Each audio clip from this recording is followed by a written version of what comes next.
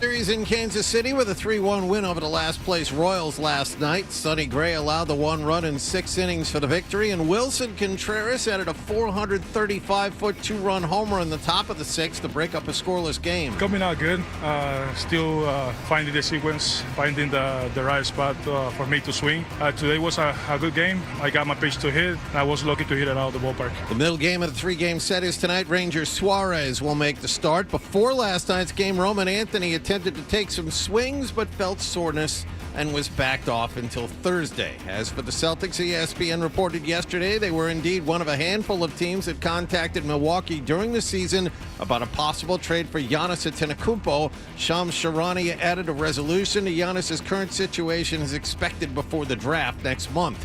At the NBA playoffs, San Antonio broke serve, and they handed Oklahoma City their first loss of the postseason last night, 122-115 in overtime in Game 1 of the Western Conference Finals. Victor Wembanyama, 41 points and 21 rebounds. New Orleans has hired former Orlando head coach Jamal Mosley, and at the NHL playoffs, Montreal got a goal from Alex Newhook, 11-22 into overtime. They beat Buffalo 3-2 in Game 7 of their second-round playoff series. The Canadiens visit Carolina for Game 1 of the Eastern Conference Finals tomorrow night. Sports Hub headlines are brought to you by East Coast Metal Roofing. Never, ever replace your roof again. It's East Coast Metal Roofing's Spring into Savings event where Sports Hub listeners get 10% off the new roof that's guaranteed to last a lifetime.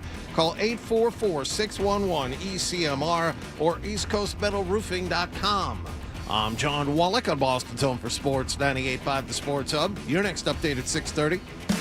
This is what happens when analysts take over the game, take over the sport. This is where you talk sports. It happens all the time. The Sports Hub. Ladies and gentlemen, I need all of you to stop what you're doing and listen. Toucher Yes, I finally shaved my nuts. and Hardy Who, me? Just hanging around. on 98.5. Fingerman, I heard about you. Yeah. We're Costco guys. Of course we go shopping while eating a chicken bake.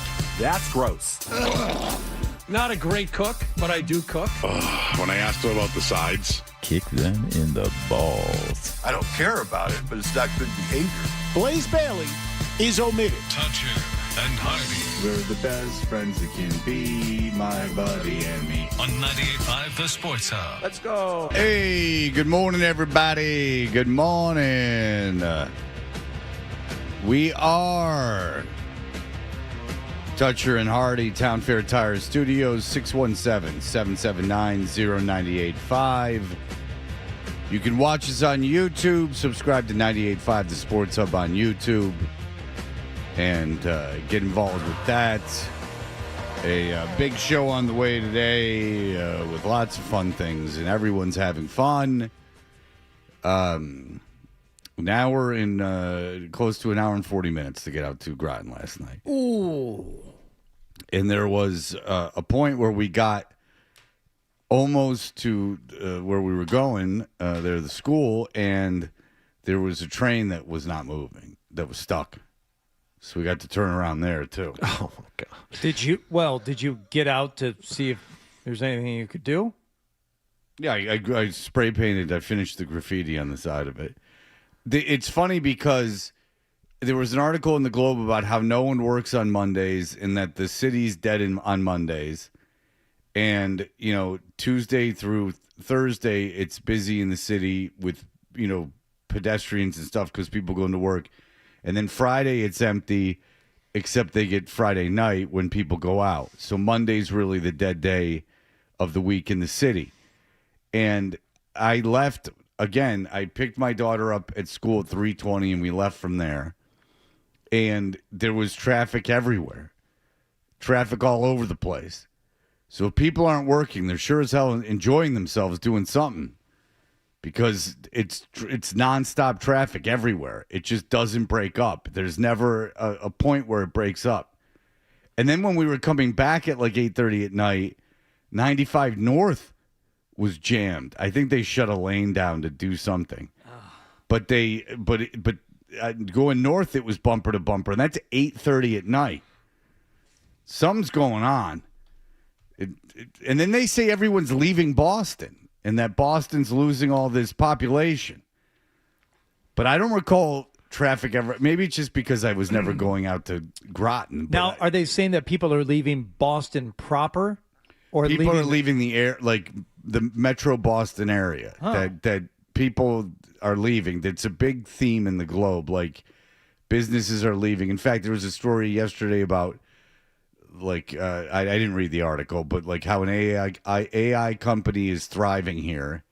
And how that's big news or something of that nature, or certainly worth reporting because, I take it because companies are leaving Boston.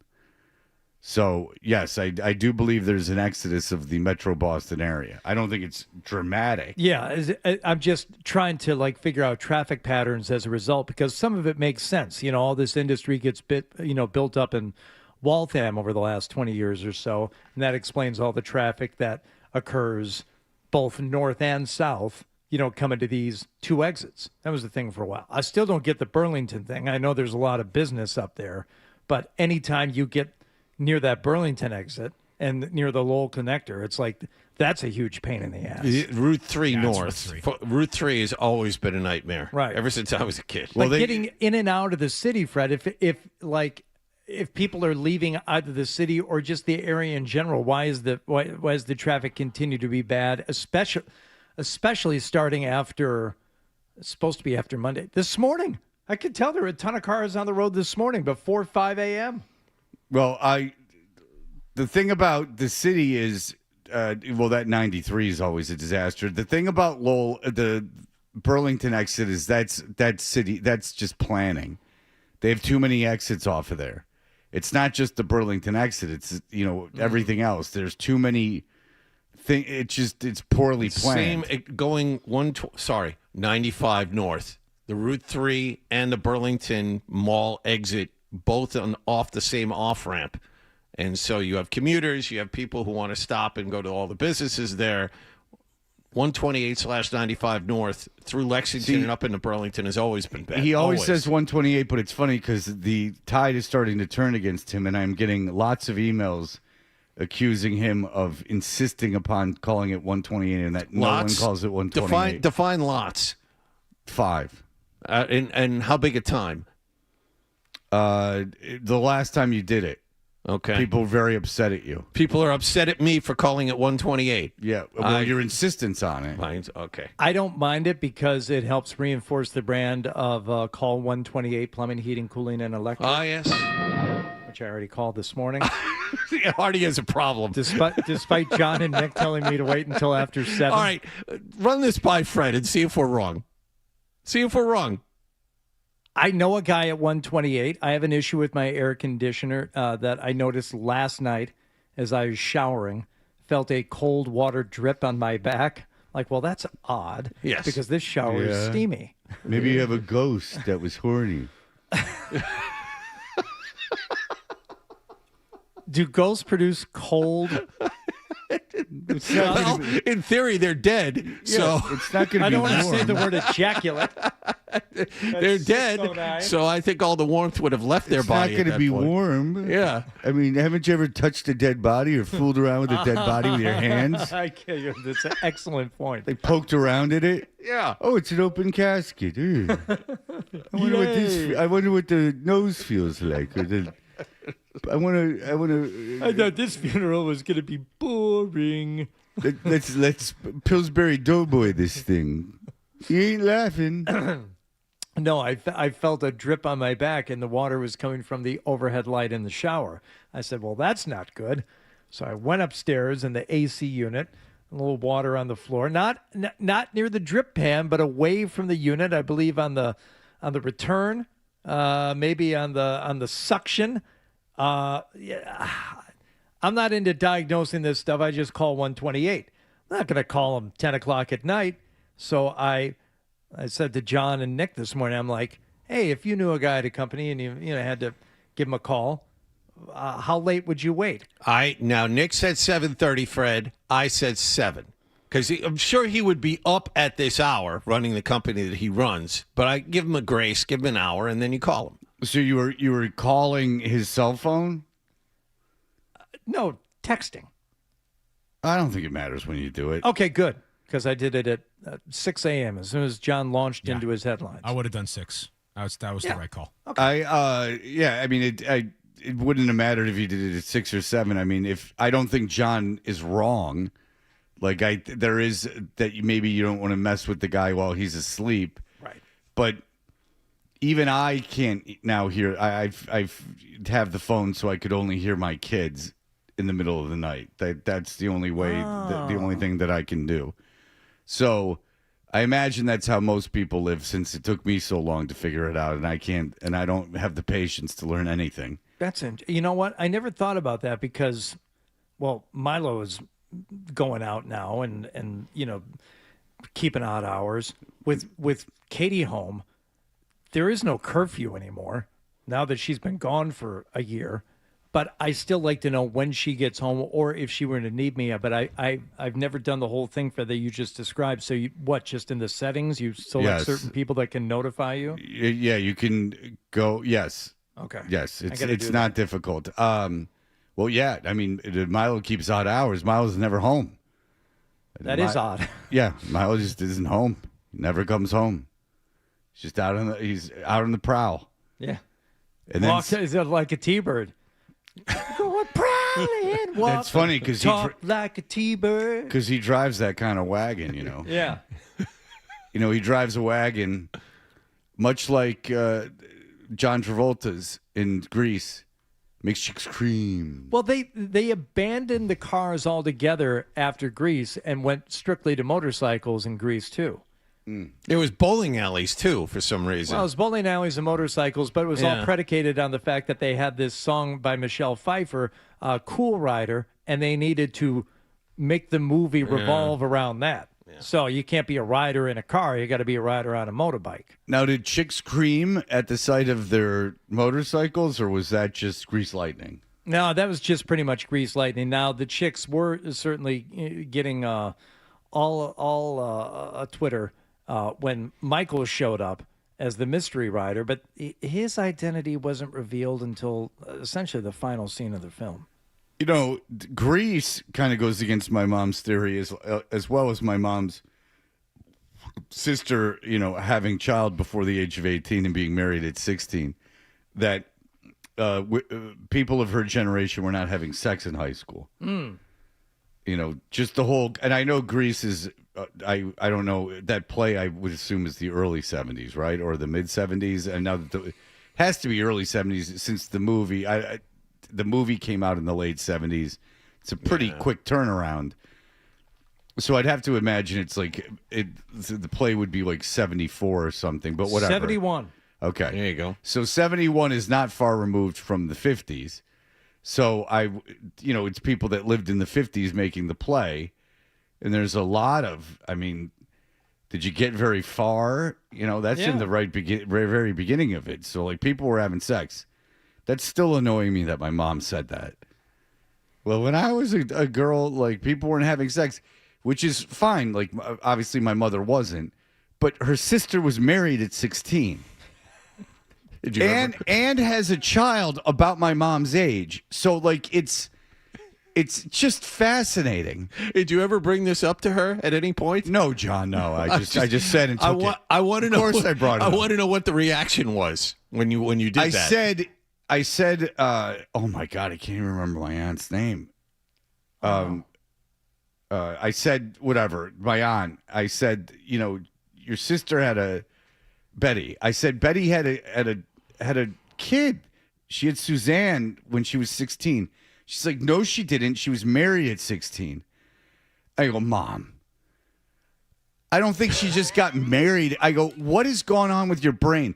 Which is nice because apparently when you get older, because my mom was also telling me how I wasn't a problem as a kid. Because I was talking about my son, like, has reached an age where not so much with me, but with his mother will get like just nothing. She can't say anything to him without him getting upset. Right. And it's like I think he's a little like late bloomer. Like this is usually what because he's about to turn 18 on Saturday, which is it makes me feel extraordinarily old. But he's about to turn 18 on Saturday. Usually, I think kids reach this boys reach this around 16, so he's just a little late. But my mom was like, "You never like really went through anything like that." And I'm like, "Are you joking? I used to walk around threatening to kill myself just to get you guys to shut up." You know, I didn't mean it, but I remember it worked the first time, and then it never worked again. Mm. I'd walk around going like, "Oh, I should just kill myself," and they'd be like, "Fine," and I'd be like, "Oh, that didn't work." so much for that. Now it's Plan B. Dang it! But yeah, my mom was like, "Yeah, you know, I don't remember you being a problem." I'm like, what are you talking about? I got kicked out of high school. Yeah, that was a problem. But I could see her not remembering it because it wasn't like that big a deal. So it wasn't like everyone was pretty much on the same page. I could see her in her mind remembering it a little bit like that it was everyone's decision. And we were fine with that decision, but it was brought to us as the option. After school was over, like right around the last day of sophomore year, they brought my family in, and then separately my friend's family in, and asked us if it wouldn't be best for us not to leave the school. What and was there one main reason, or was it a pattern of events? It was a pattern of events. Yeah, it wasn't. What school was this? Detroit Country Day. Oh, yeah. Which was a horrible, horrible, horrible school. Just awful. Just a terrible place. And so there was no, and my parents thought so too a little bit. So the meeting, it wasn't like I did something and then there was a meeting and they're like, you're out of here, like you got to leave. It was like they waited till the end of the year, and then there was a meeting where they were like, maybe it's best that he doesn't come back, and there wasn't a lot of pushback on our end, which I think when a school says maybe it's best you don't come back, that's not something that they do often. As much as I would like for you to have been kicked out and to delve deeper into that, it sounds more like you describe it. If they wait until the end of the year, and if you had pushed back, you could have returned. Oh, I don't know. That's not, well. See, I think they were trying to make it as comfortable. They didn't want it to get incredibly uncomfortable, if that makes sense. What was the worst thing that you did that they led with in terms of why you shouldn't come back? So, I got like super ill as a sophomore, and I had a condition I had a growth in my intestine that they couldn't figure out what it was. They thought it was Crohn's. Yeah. Did the dog seem bothered by it? Did you sniff around your stomach? What did it look a lot? like? Did it smell? Oh yeah, it smelled. You could smell it through. Yeah, because I would pass out just out of exhaustion and crap myself. If I dared fall asleep for like a half an hour, I'd crap myself. Yeah. Yes, yeah, blood and everything. It was a lot of fun. And they thought I had Crohn's disease. And I wouldn't watch you in that school either. Yeah, and, gross, crappy kid. Yep. And they went up there a lot of fun. So that weakened me so much that I got mono and then I got chicken pox all in a row because I basically didn't have an immune system. Right. And so I missed like a lot of school. So when I came back to school, this is the most publicly demonstrative thing I did that I recall. I did a bunch of other stuff, but this is the one I got the most in trouble for, is I was in typing class, and so I came back. I probably legitimately weighed 135 pounds. I came back into school. I was so like depressed. Whatever had happened to my body, I was so depressed. Everything was like dark, not figuratively. Like everything seemed to be like under, like not well lit, and it felt like I was walking through like molasses. Like it just was awful. So I get in, and then my nerves are shut. I hadn't interacted with anyone for like a month and a half, and I'm in typing class, and the typing teacher, I can't remember everything, but the typing teacher gets in my face and starts screaming at me, and I go, "Will you shut the F up? Just shut the F up." And she goes, "Ah!" And she goes to Mr. Tremblay's office, and Mr. Tremblay calls in my parents. And to their defense, They went, look at him. Yeah. Why is she yelling at him on his first day back at school? He's like a half dead animal. Like, you don't take a dog out of the cage at the kennel and then, like, start beating it. Yeah. The first day you get it.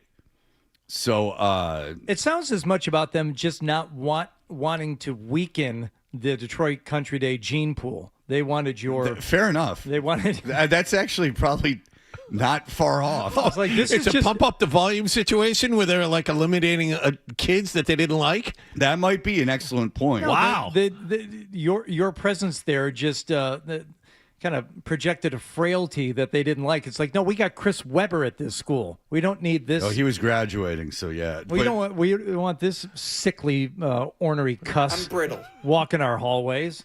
I think that's why I take Nick's pooing himself so seriously. And treat it with the respect it deserves. Yes. Because, I didn't have any heart thing put in me afterwards. I'm as healthy as Alabama Slammer.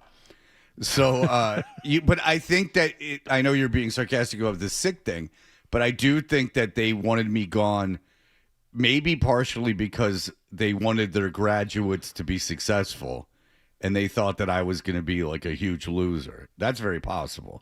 No, I did, but I had a history of like behavior that that wasn't great there. But that's the thing I remember, like, close. That was the thing sophomore year that I remember being the thing that was just like the last straw for us and them. And I don't think they were thrilled that my mom was like defending me for the first time and maybe only time in her life. She didn't go out of her like crazy defending me, but she was like, can you look at him? Yeah. He looks like the like Ghost. He looks like albino at this point. Like he's he hasn't seen the sun. He weighs 135 pounds. And then I had to play baseball that year with a big pad around my stomach. Oh. Because if they were afraid that my spleen would burst if I got hit by a ball. Like Roy Hobbs. Hobbs didn't need a pad around his stomach. I know, but he opened up and he started bleeding right through the uniform in his last at bat. But did he hit a home run or not? You know how we had Wonder Boy? Yeah. They made that pad just out of old pads. It was my Wonder Boy. Saved out of your hamper as a kid. It's called you put my hamper. No, what I'm saying Why is would it be a hamper? Toucher, you're up. Slowly. Opens up a case and there's a big pillow. It says, Puddin' Pal. And put my little pillow around my stomach. It's a big cloud on it. Yeah. Unicorns. That's right. I was referring to menstrual pads, but yes, that was my Wonder Boy. Oh. That was a lot of fun. Some sickly team manager runs over. Oh, no, it's torn. Pick me out a good one, Melvin. So say I was 140 pounds by the time that. So say I was 6'2", 140. Okay. Then I have this giant pad wrapped around my stomach under my shirt. And I played first base at that point. So when kids would come on first base, I got a talking to occasionally. Oh, no. Yeah, they didn't like that. That didn't bother me, though, for some reason. By the way, that kid in the natural sucked. I hated that kid. The Savoy Special kid? That kid? You think I make a bat, you help me make one? Yeah. Like bat you have? Yeah. What? Yeah. What? English kid? Yeah. You've been hanging around grown-ups all summer long. You can't speak? He was so in awe of Roy Hobbs' greatness, he couldn't put two words together. It was back then people couldn't speak in sentences. Come on. His parents just gave him to the team. Here, take him. We're tired. Look at this. I wonder if he had can't talk. He was fat. He could have used a growth in his intestine. That would have really helped. All right. Well, there you go. That's a fun trip down memory lane. Yeah, you're welcome. Well, yeah. Look, it's 6:25, and here we are. It's not like that much happened last night. Oh, plenty happened last night. We're going to get to all of it. NBA, we got a game one last night. We got a game 7 in the Stanley Cup playoffs, and we got the Red Sox. Come on, kid, let's go. Where will we ever start? Okay, well, fair enough. I look forward to hearing all of it. We'll be back in just a moment. You're listening to Toucher and Hub.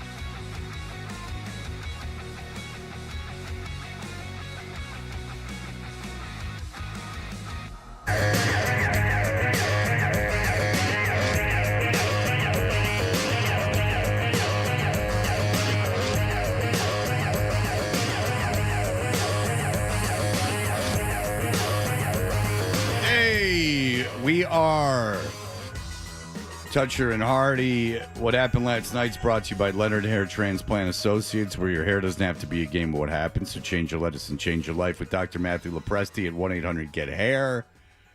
Hardy, what happened last night? Well, I'm going to tell you, the Boston Red Sox opened up their 3-game set in Kansas City against the Royals.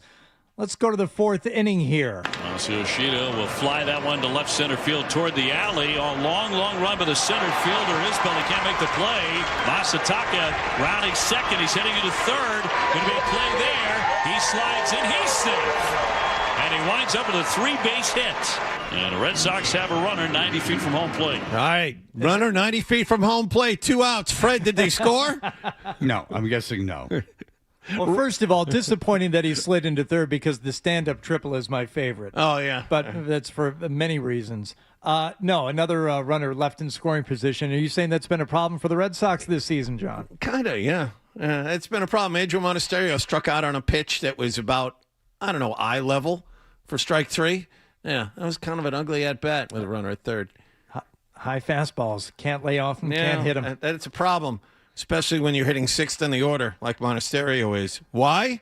Because Trevor Story's hurt and they have nobody else. That's why. Who is Monasterio? They got him as part of the big trade. He came over with Durbin from Milwaukee as a utility infielder in that big trade. So Kyle Harrison to Milwaukee, all that stuff. There was a bunch of guys involved. Monasterio was one of them. Okay. And so let's just try to review the trade right now and its success. If you can pull that up. Will do. Because I am fascinated. I heard, I'm sorry, I can't remember who, but a guest that we often have on with Maz last evening on the Baseball Reporters, and he was saying a lot of the same things that we've been saying about how basically the same thing, that if you put together this system based on these algorithms and expectations and projections that you all think are buttoned up, and you then put it on the field and it doesn't work, human element, all these things, it doesn't work as a cohesive unit. I am fascinated how they decided to put this. The pitching's good. Again, they got proven veterans, so that's out the window. And it's not like they had any model for it. Sonny Gray and Suarez don't throw hard, and then Crochet throws hard as hell. So it's and Chapman's a fireballer. So there doesn't seem to be any real pattern there. But with their lineup there does, and their lineup is an unmitigated disaster. So what was the trade? The trade was Kyle Harrison, Shane Drohan, who is a minor league pitcher now pitching. He pitched in relief for the Brewers last night, and David Hamilton, the guy, utility infielder, stole a lot of bases, shortstop, second baseman, for Durbin, Monasterio, and Anthony Siegler, who's another utility infielder that's in the minor leagues. Okay, so that was a bad trade. Oh, yeah. Okay. Oh, yeah.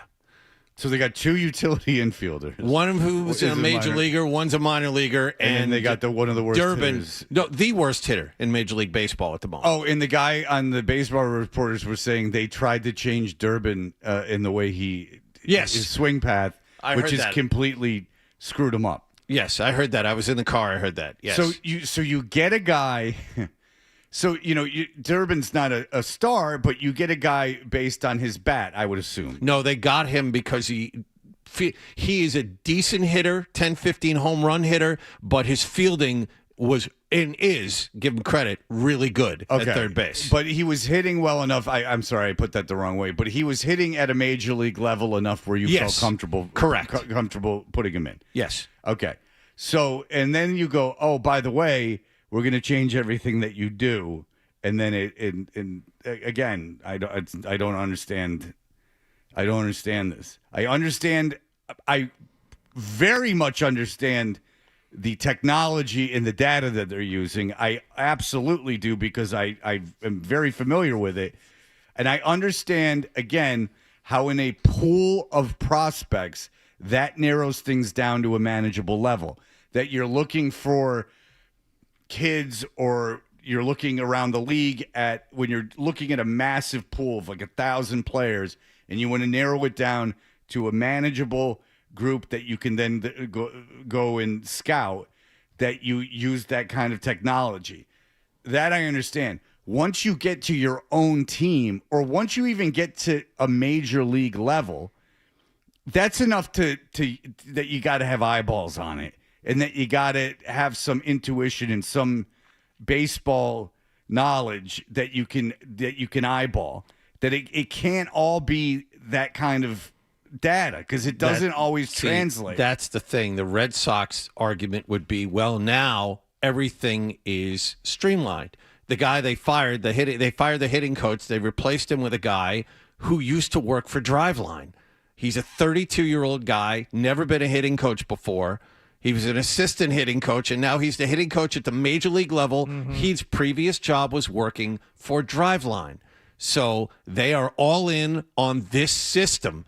And if you don't hit like the system demands you to, they're going to try and change you. And Caleb Durbin is test case number one, that it does not work. None of this works.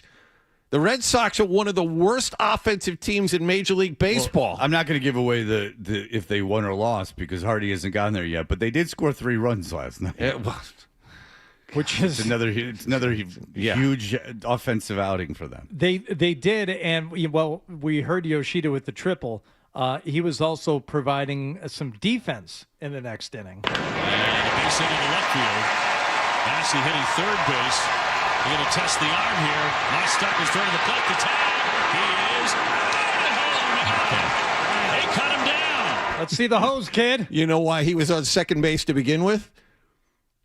I was at my son's game. You always get something negative to say. It was a line drive that Yoshida went over in the gap, had his glove up, and it ticked off the top of his glove and went to the wall. All right. That's why he was on second and tried to score to begin with. All right. Well, you threw him out at the plate. What do you want? I call it even. All right.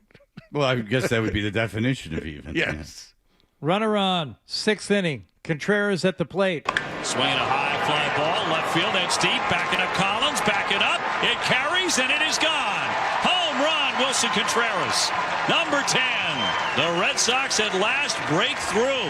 2-run bomb for the Red Sox first baseman, and it is 2-0 Boston. Okay, so Contreras is doing what you would think Contreras would do. He's, again, a above-average major league hitter.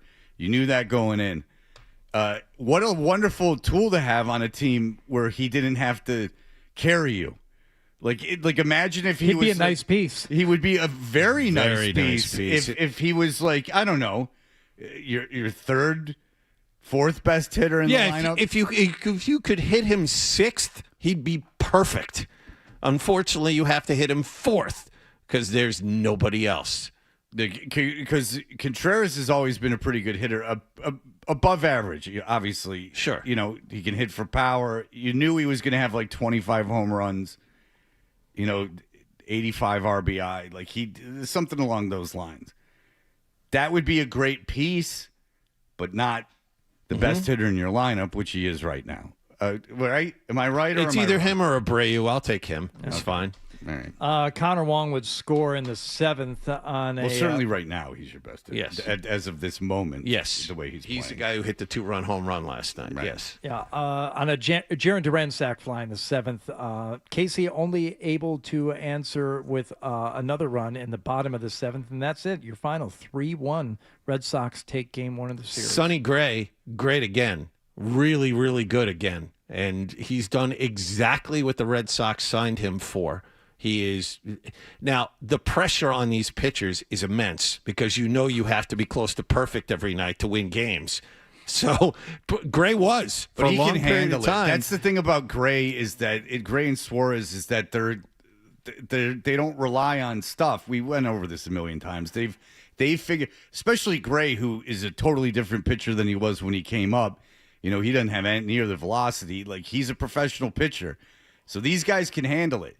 That was a good trade, a decent trade. Mm-hmm. I mean, you went and got a number 1 pitcher from a team that was throwing in the towel on the season. So, I mean, congratulations. But Gray's a good pickup, and Suarez was a decent signing.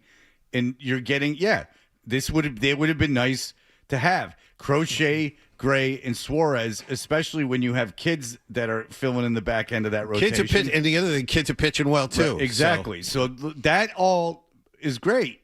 Your lineup is atrocious. Yeah, and it's not going to get better. It's not going to get better this year. It's not.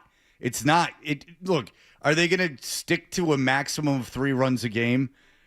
Who knows? Maybe not. Maybe they'll break out a little. 48 games are averaging just under 3.5 runs a game. Well, yeah, and recently, John, we went through the exercise yesterday. I mean, I mean, we can do it again if you want. There's the last. All right, we'll go back to the Rays series. They 4 runs, 2 runs, 1 run, 1 run, 3 runs, 1 run, 2 runs, 3 runs, 1 run, 3 runs. Yes, they're winless this season when they fall behind by 3 runs or more. That's happened 18 times this season. That's 3 series, by the way. Yeah, and if I'm the Red Sox, there's so much negative publicity surrounding the team. I would make sure, and maybe it's happened already, I haven't seen it, that someone does an in-depth interview with Andrew Bailey, the pitching coach, the one guy left over from the massive purge. Right. And he, I assume, deserves some or a lot of the credit for the way the pitchers are pitching. The Red Sox need some kind of positive spin. So look for that, an in-depth interview with Andrew Bailey at some point in the near future. Maybe wait till the team, starts knocking on the door of 500 before you try and do any positive spin. I really wouldn't hold my breath. I'm thinking that you just do it. I wouldn't wait. Let's wait until we're 500, and here all of a sudden it's June, and then it's July. Closer than 20 and 27 anymore. Who knows what this is going to look like by only then. 2 games out of the wild card. Yeah. And the good news is they only have to leap 1, 2, 3, 4 teams now. But Detroit and Kansas City are nipping at their heels. They're both 8 games under 500. Well, you got 2.5 games back, but only a half game back from the Red Sox. You got a chance to pick up another game tonight. You've got Suarez going tonight, another pitcher, another starter with a sub-3 ERA going up against Bailey Falter, who is looks like he's given up a lot. So Kansas City's they're bad. They weren't supposed to be. They weren't supposed to be this bad. They're really bad. I mean, the Cardinals took 2 or 3 against them. And Kansas City was giving up leads in the 9th. They were blowing games. They're pretty bad. And the Red Sox have won a grand total of 1 series since Chad Tracy took over as a manager. So if they were able to win tonight, that would be, I wouldn't say historic, but precedent-setting is a good not exactly Donnie Mattingly when he took over. Now all of a sudden, Phils are over 500. Yeah, he's like 14-4 since he took over on that team. All right, we'll be back in just a moment. Here are the headlines.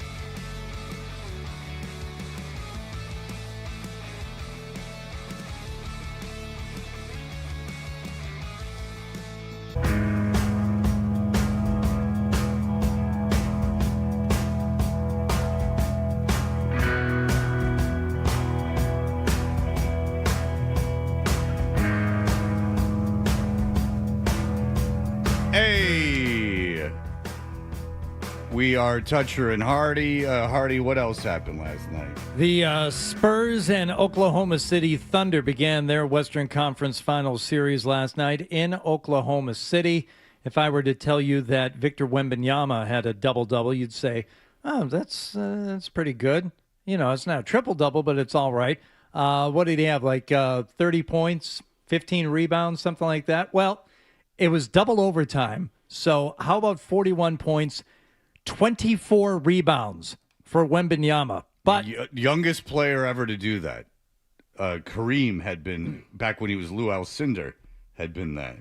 The last guy, and this is now the youngest player, Victor Wembanyama. I think it's 40-20 that's the stat. Yeah, 40-20. Yeah, a 40-piece, as the kids say, Fred. Yeah, I love it. I like that too. That's like with a MILF, a 40-piece. Hello. But they'd have to get to the first overtime first. 7 seconds, 40 feet away. Gives to Shea on the wing. Oh, God. To the baseline. I hope you Castle. lose every game, you jackass from Oklahoma City. Let's start it again. 7 seconds, 40 feet away. Gives to Shea on the wing. To the baseline on Castle. Right, drives in and lays it in. Knocked down by Castle. No whistle. 3.1 to play. Thunder tied it at 101. Nah, it wasn't a Thunder. It wasn't a Chichinga Thunder money ball. Chichinga Thunder money ball. Did you say there was Wembanyama was in the game, but he was guarding Chet Holmgren in the corner. And the Oklahoma City head coach, it was genius to put him there because if Wembanyama doubles Shea Gilgeous-Alexander, he kicks to Holmgren in the corner. Holmgren has a wide open three, and that would have given Oklahoma City the win. So Wembanyama stayed put, and it was only a tie game. I heard PJ Carlissimo saying that Wembanyama was tired and that they were limiting his responsibilities defensively. Look, man, that game came on at 8:15. I watched 2 minutes of it and I went to bed. But when I got home, at 9, I watched 2 minutes of it and I went to bed. I don't think I'm being too old a man, but the audience can certainly let me know. An 8:15 game into double overtime, I'm questioning what the audience was like at the end of that. On a Monday night, yeah. Especially Oklahoma City, San Antonio, while star-laden, certainly not. It's game one on a Monday night. It was a great game. It's going to be a great series, but I understand the point. I mean, what did that go to? I mean, that had to have gone 11:45-ish, something like that. I mean, I don't know how many people stay up till 11:45 on a Monday night. I used to, especially when you get through regulation. You're hopefully, if you're thinking, I kind of just need this to end as you're nearing the end of the first overtime. Castle to Wemby, rising deep three. Victor Wembanyama, 6 feet behind. Yeah, Yeah. That was right. Okay, where? Where are you putting it? Yeah. Oh, so it's two hacks just making their way in small towns. That tied the game at 108. They would go to double overtime. Victor Wembanyama. Castle between his legs. Castle. Wembanyama puts it in up top over Caruso.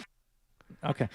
So the big alley-oop there in double OT and as you said, defensively, Wembanyama still very good, but only 3 blocks. So it wasn't one of these, like only 3 block shots. Well, I mean, there's plenty of other guys out there who had 2 last night. The average of the leader in the NBA per game is 3 block shots. Yeah, it was double overtime. Oh, okay. All I know is I didn't tell you that I broke it down. Carlissimo said on the way in today, he said Wembanyama was tired and that they were limiting his responsibilities defensively. When you're 8.5 feet tall, I would expect you to get 3 blocks in every game, minimum, even if you're not trying. I'm not defending Hardy here. I'm just telling you my point. 2 words for you, Fab Mello. Yeah. Very tall man, had a lot of trouble blocking shots. He just had a lot of trouble. Yes. Well, God rest his soul. They could have had Draymond Green. But the thing is that I'm just repeating something that I heard on the way into work. I'm not pretending that I watched the game and broke down the Wembanyama's defensive responsibilities. You had just mentioned something about him being, staying out with Holmgren, and I was just trying to add to that with information that I had heard, not not ascertained myself. One takeaway from this game, Victor Wembanyama has done a lot in this league. Last night was the first time, pressure's on. Game 1 of the Western Conference Finals, chance to prove yourself. He was amazing the entire night. And that one shot where the play-by-play guy said, wee, that was a trail 3 from about 30 or 35 feet away. There was nobody on him, down 3 points, makes the shot to tie the game in overtime. You know what's interesting to me with this team outside of, Wembanyama, who was a can't miss, is how well San Antonio has done with their first-round picks. Like, Dylan Harper was supposed to be really good, but he wasn't.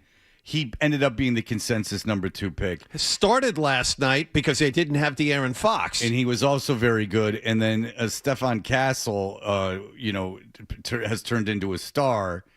That's another, early first-round pick. Like, they've really hit on these first-round picks, and it's amazing what can happen. Now, Wembanyama is a generational player, and none of this happens without him. But they filled out that roster by being pretty good in the draft. So congratulations to San Antonio. Also, you remember like a month ago when the Bruins were in the playoffs and they lost to Buffalo, right? Yes. So what are they? They're well into the conference finals and stuff by now, right? Yeah, right. Oh no. No. Buffalo in their next series just finished that series last night. Seems like a long time ago. But if you were hoping bad things or wishing ill upon the team that ousted the Bruins from the playoffs, well, you got your wish last night. Carrier feeds it ahead. Far side. Evans drives the middle. Shot. Scores! Game 7. Overtime winner. Alex Newhook has come through for Montreal, and the run stays alive. The runs?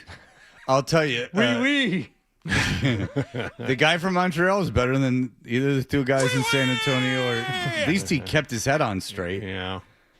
Canadians win in overtime. They take Game 7 3-2 over Buffalo. I wonder how Carolina's going to react to having a year off. 11 days before they play. Seriously, they were saying it's going to be 11 days between games for that team. I couldn't believe yesterday. I'm like, holy crap! That they're still trying to finish this thing. I was thinking I had missed the start of the next round. I'm like, oh no. They're still fiddle effing around with this same series. Yeah, Carolina.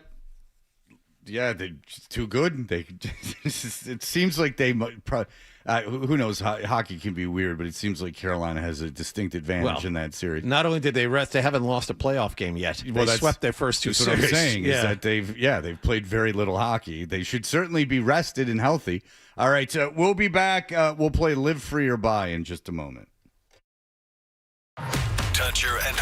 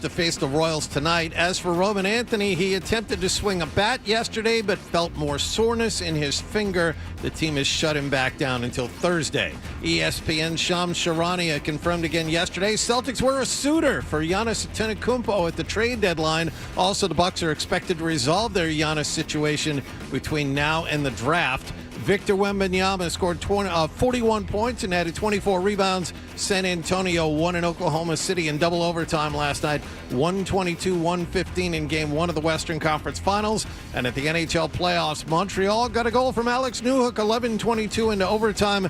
They beat Buffalo 3-2 in Game 7. They are through to the Eastern Conference Finals. They'll visit Carolina tomorrow night. Sports Hub headlines are proudly brought to you by John Sewer and Drain Cleaning. With over 50 trucks on the road because your clogged drain is their emergency, go to johnsewer.com. I'm John Wallach on Boston's Home for Sports, 98.5 The Sports Hub. Your next update at 7:30.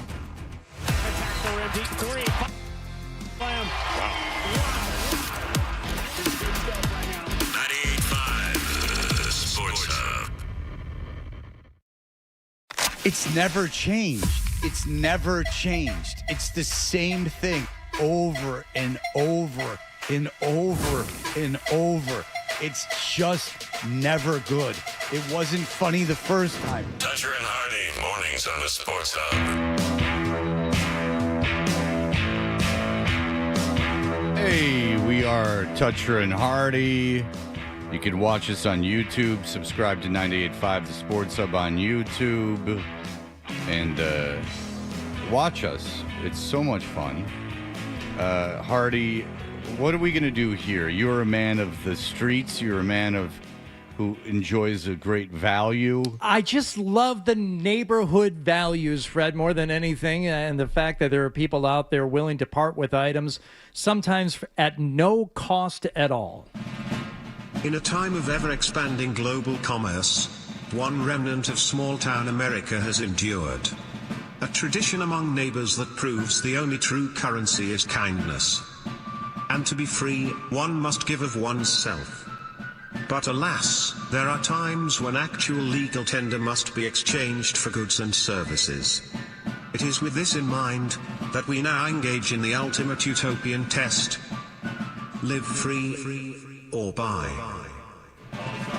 Live free or buy, thanks to some wonderful platforms. You can find items for sale or sometimes just for free in your very own neighborhood. I will tell you about the item. I'll give you the description of the listing, and then you gentlemen will have to decide whether or not it is for free or whether it is for sale and at what cost. Okay. Are you ready? Yep. Remember the cautionary tale of giving away a treadmill, as my wife decided to do on New Year's Day, 3 days before the start of this show.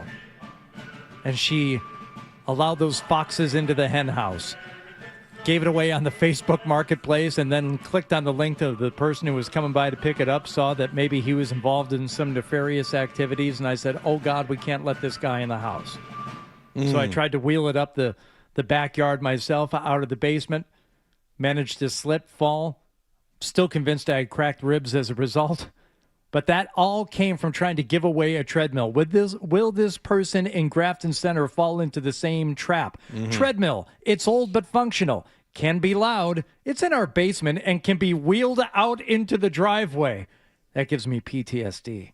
We will help load it up. Is this for sale or is this free? It sounds to me like they're doing their best to just get rid of it. It's a pain in the ass to have. I'm going to say free. Well, first of all, why did you guys get rid of your treadmill? Nobody was using it, and I don't know. You'd have to ask Marcy. She just wanted it out of the house. Okay, but who bought it? Nobody bought it. I gave it away. We gave it away. No. Who bought it from your family and when? We probably bought it in 2007. Okay, and it was a good one? It was all right. And no one wanted to run, even on these winters, the long winters we have here in New England. No. All right. Just giving things away. Do you do a lot of running? We had a treadmill we still do it. My ex-wife has a treadmill, and that they do use it. So, yeah, they've used it. That's the second treadmill, as a matter of fact. That there was this. I gave. Wish I could go back and not give it because very close to the end of my marriage, I had purchased a treadmill for the family. Oh. Had I known. I remember buying that treadmill and the guy saying, like, this one is the one you want because, it's got a little cushioning there on the back end, but you don't want too much cushioning because then you're wasting a lot of energy as that thing compresses. And I said, isn't the whole point of this device to waste energy? I'm not entering a treadmill competition. I don't need the best treadmill to make a time. Yeah. I'm just trying to get on this thing like a gerbil. What also seems if it had cushioning, it would be better for your joints, unless I'm wrong. Yeah, but he said that's no good. It's too much energy is being wasted when you go down on it. Well, listen, that's his business. I mean, he's selling treadmills. It seems like they are. See, John's is getting from that they are trying to get rid of it, so that's why they're offering all these services. It seems like it would be the opposite would be true. If I'm giving it away, I'm like, just come get it. Like the whole reason for me to get rid of it is for just you to come get it. That if I'm willing to help you load it and everything, that I'm asking for some cash. Again, I would imagine John's wrong, which is, I mean, this is kind of how these games go. He gets information and he incorrectly deciphers it. He's getting so much better at deduction. Let me spare anyone else you circling the airport on this one, Fred. John is right. It is free. Absolutely Take free. that, Mr. Know-It-All. Good one, John. Thanks. I think he's lying. Okay. He doesn't know. How about This game is rigged. You know what you need if you're driving around? Say you got to go to Groton for a baseball game, and you're looking for different routes to get there. Downtown Ayer.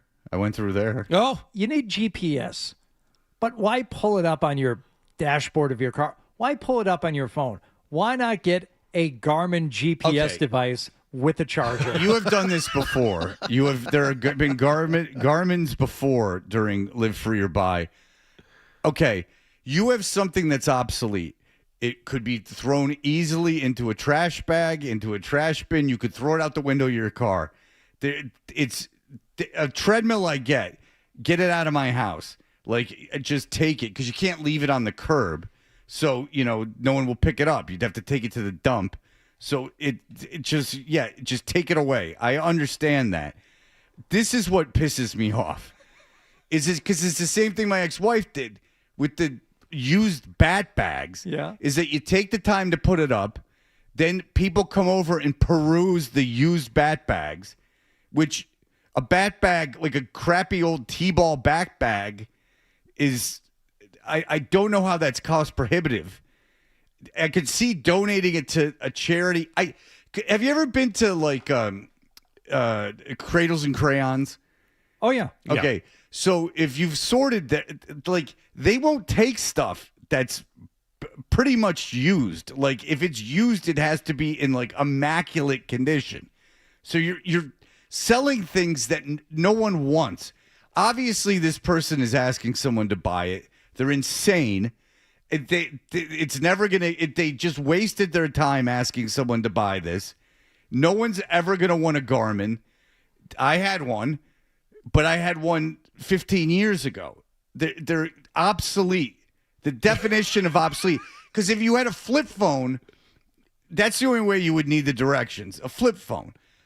Then why would you want a GPS device? They're never, ever, ever going to sell this. And it makes me mad. So it has to be free then. He's just trying to give it away. No, they're selling it. They're absolutely selling this. Damn it. Fred is absolutely right about all of this, which is why you brought it up. How much they want for that Garmin? It's been marked down. I'll tell you right now. It's half off. Yeah, they can mark it down forever. No one's even going to pick it up for free. It's an obsolete piece, and it's not even nostalgic. No one's like, you know how like people collect tapes and stuff? Like Eminem, I guess, has got like 100,000 tapes. Like they collect tapes because that's a nostalgia. No one's nostalgic for the Garmin. Look, it's got its own charger. And that's what will boost the price to 15. Yeah, I mean, they put it up there. It's been marked down. Marked down from 40 to... to 40 to 25. I'll say 15. Oh, right in the middle. You guys both missed it. $20 for that Garmin. So they thought it was cost prohibitive. That's what they thought. Yeah. just ridiculous. Just throw it away. Oh, the people. Now, there's some things, like you said, Fred, it's a treadmill. You can understand, not only the inability to just stick it out on the curb or the fact that it is of value to somebody. The same could be said for this purple bikini. Now, okay. Lightly soiled? Purple bikini. She wore an itsy-bitsy, teeny-weeny purple and brown bikini. Bottoms are I bought and smelled. Bottoms are medium. Top is small. Oh, hello, Hardy. Worn once, clean. Oh. Clean. Oh. Now, once again, garbage. A bikini could be crumpled up into something that would fit inside a sandwich bag and then thrown away. Yeah. If you didn't want this bikini Do I get anymore. to meet the owner? You're not even allowed to try them on in the store unless you're wearing undergarments. Here's one that has been worn, admittedly, and is now either being given away or for sale. Will you watch me put it on? Can I parade around you while you make fun of the size of me? Hello. Can you insult me while I prance around and preen around the room? Well, you're not responding to my messages. Excuse me. Could you wear it 3 times, perhaps, to a lumber yard on a hot day? Could you wear it in a steam room? The bikini worn once. They're selling it. I mean, yeah. The fact that they said clean. That is correct. It's clean, so it's worth something. Yes, $15 for that purple bikini. Okay. Something Jordan Hudson should be aware of. Maybe this is Jordan's listing. Philosophy books. Many titles from Plato to philosophy of art, history of philosophy, ethics, logic, texts and readings from a philosophy professor who taught at Northwestern for many years. Well, I would imagine that you're picking it up from a huge mansion, since this guy has devoted his life to philosophy. Obviously, and I never really respected the philosophy majors because they were just going for the cash grab. It's like, why are you even in school, man? You're just trying to make $1 billion the second you graduate. Well, it seemed like there was a 6 months run of guys making money on the internet with stoicism. Like that became like a big thing. Like there's one guy who's made like a massive business out of his knowledge of the Stoics, which I always thought was funny. Like, wow, you've monetized your philosophy degree. You know Congratulations. That's like inventing cold fusion. Ha ha ha. This listing is in Waban. Okay. Well, it's a hell of a lot nicer neighborhood in Newton than you live in on the wrong side of the tracks. Well, first of all, I'm not on the wrong side of the tracks. You are right. Absolutely wrong side. No, the wrong side of the tracks is Newtonville. And it's literally past 90. Not hard.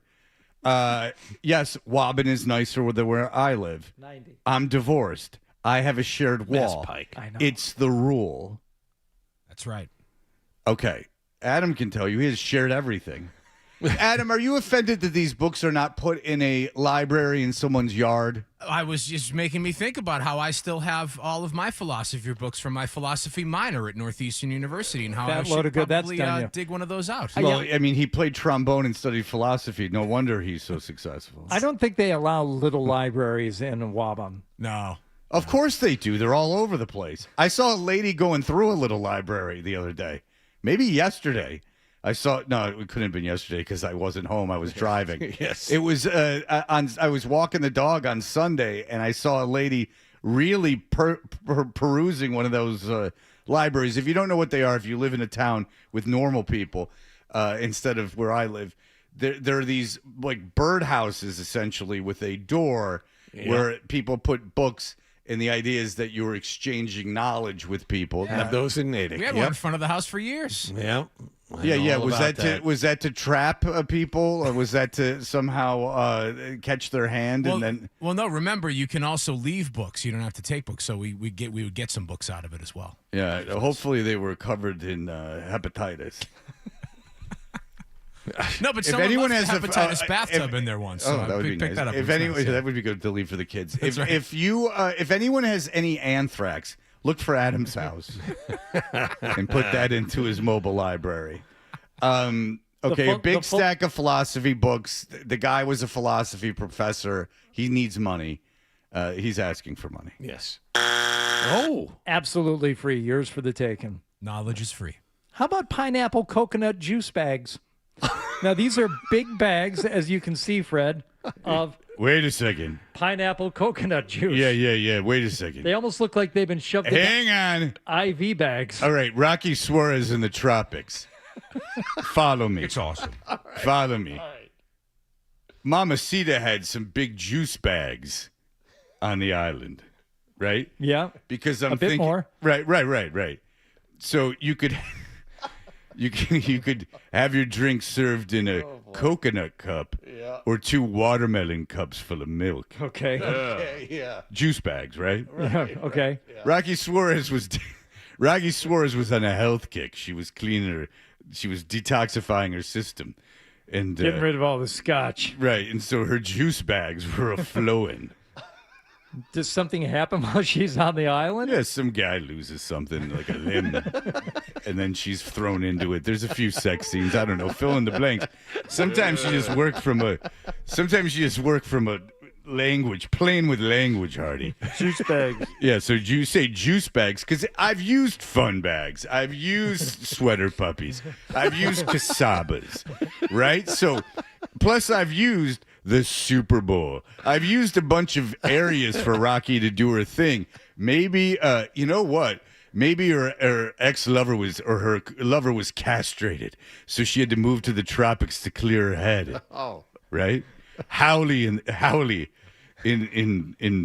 space. I don't know. It took a weird turn there. I don't know. Tropical Island juice bags, but also space. Make sure you get a couple of space shots in there. Well, 0 G, everything's floating around. Yeah, well, no, 2 G's. Cups, right? Rocky Suarez has some weird condition where her cans just get bigger and bigger and bigger, but also higher. Whatever, it's my brain. I can make anything happen. It's fun. Pineapple coconut juice bags, free or for sale? I'll say for sale. Okay, well, this is odd because they are literally in bags that they're not from any kind of supplier. No, and they're written with a thick Sharpie marker, pineapple coconut. Yeah, this like a pina colada. Yeah. This seems to be a very advanced way of killing off the dumb because anyone that would buy this, it's so bizarre. I'm guessing they're selling it. Why don't you just go pick up some free pineapple coconut juice bags? Huh. And good luck to you. Yeah. Okay. You put your hands on the coconut and feel them all up. That's if you make a movie out of it. Right. Oh, it's a shame. Doctor. Oh, doctor. It's a shame that Nielsen died because I really had a project for him. Weird Al, this sumbitch. Now, everybody could use another TV in the home. How about a Magnavox Sharp CRT?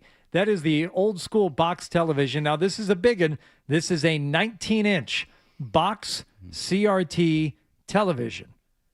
Excellent condition, no remote, and you can pick it up in Newton. Well, no remote. That means that, well, of useless, course. basically. Well, no, it means that they were made before remotes where you had to switch the dial. 19-inch, it probably weighs 120 pounds. Yeah, that's a soft estimate. And you can't hook cable up into it, of course, because it was pre-cable. Yes. Again, is it something someone's trying to get picked up so they don't have to take it to the dump? It says pick up in Newton. Well, it's good to know that Newton's so involved in this. Yeah. I'm guessing it's free. Yeah, I would agree. Not only are you wrong, start guessing at the asking price. Oh, now it's got to be much higher than we thought. I'm going to say $70. Fred? $100? $200 for the Magnavox Sharp CRT 19-inch television with no remote. Start putting plants on that thing. It's not going anywhere. Well, there's going to be a very disappointed shut-in because that TV will not get sold, in my opinion. Ted, go ahead.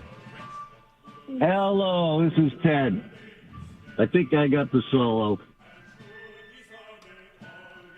All right. Gary Washburn will be joining us. Do we know what he's talking about? He's got the solo? I don't know. He's listening to another show. Okay. Maybe there's a solo in this song somewhere. Tell Bronson that his if he's having trouble getting phone calls, that there's someone just called in for the Name the Solo contest. I thought he was going to piggyback on the Gary Tanguay thing, but he did not. All right, Gary Washburn will join us. He can talk about Jaylen Brown and Stephen A. Smith and the plans for the offseason, everything coming right up. She wore an itsy-bitsy teeny-weeny purple and... Stay tuned for more Toucher and Hardy on the Sports Hub. Springtime.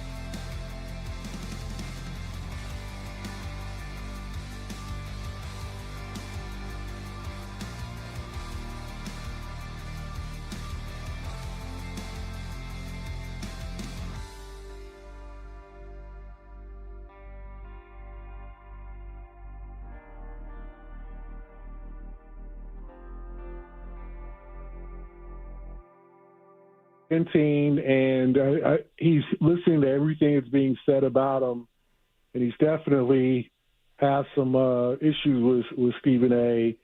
And at this point, I just think it needs to be squashed. And I'm not talking about they need to make peace and be friends, but I don't know what good Jalen's getting out of this. I don't know how this benefits him at all. It's just time to go back to the lab. You know, it's been, almost 3 weeks since they were eliminated, two and a half or whatever. Go back to the lab, start training for 26, 27, figure out what you're going to do, how you're going to be better. The live streaming, maybe it served a purpose, and he has the right to say everything he wants to say, and that's cool, I guess. But I don't know how this is making him any more fans. I don't know how this is increasing his popularity. I don't know how this is helping his reputation.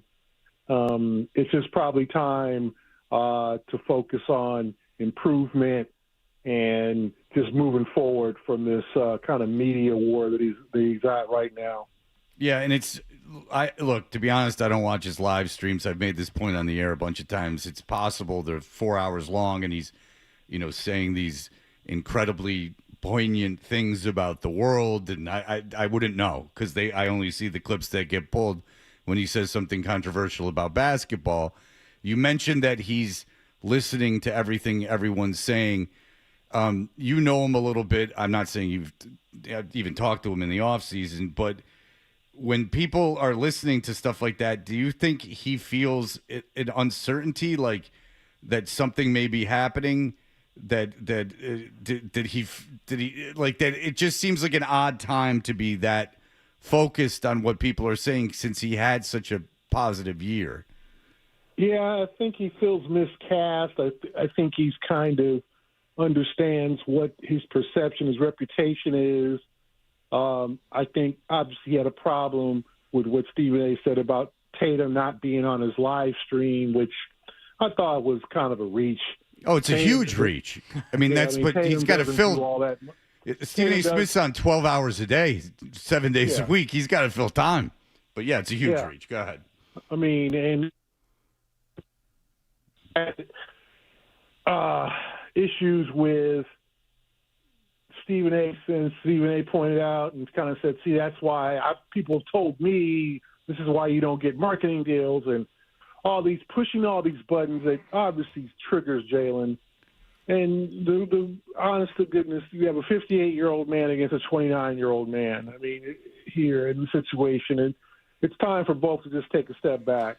I mean, Jalen, I don't think he's helping himself. I think he needs someone to kind of intervene and go, hey, man, this is enough.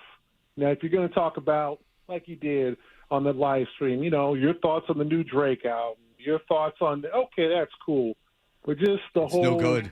New Drake album's very bad. Yeah, have you heard it? Everybody's saying. I haven't heard one song. Oh, my daughter played it for me. She's no fan. Yeah. She was very disappointed. Go ahead. I'm sorry. Well, if that's what you want to do every now and then, but now it's still the fan base is still disappointed. I mean, the team that dominated you in the final 2.5 games of that series literally just gave up against the Knicks. They looked terrible. They got swept.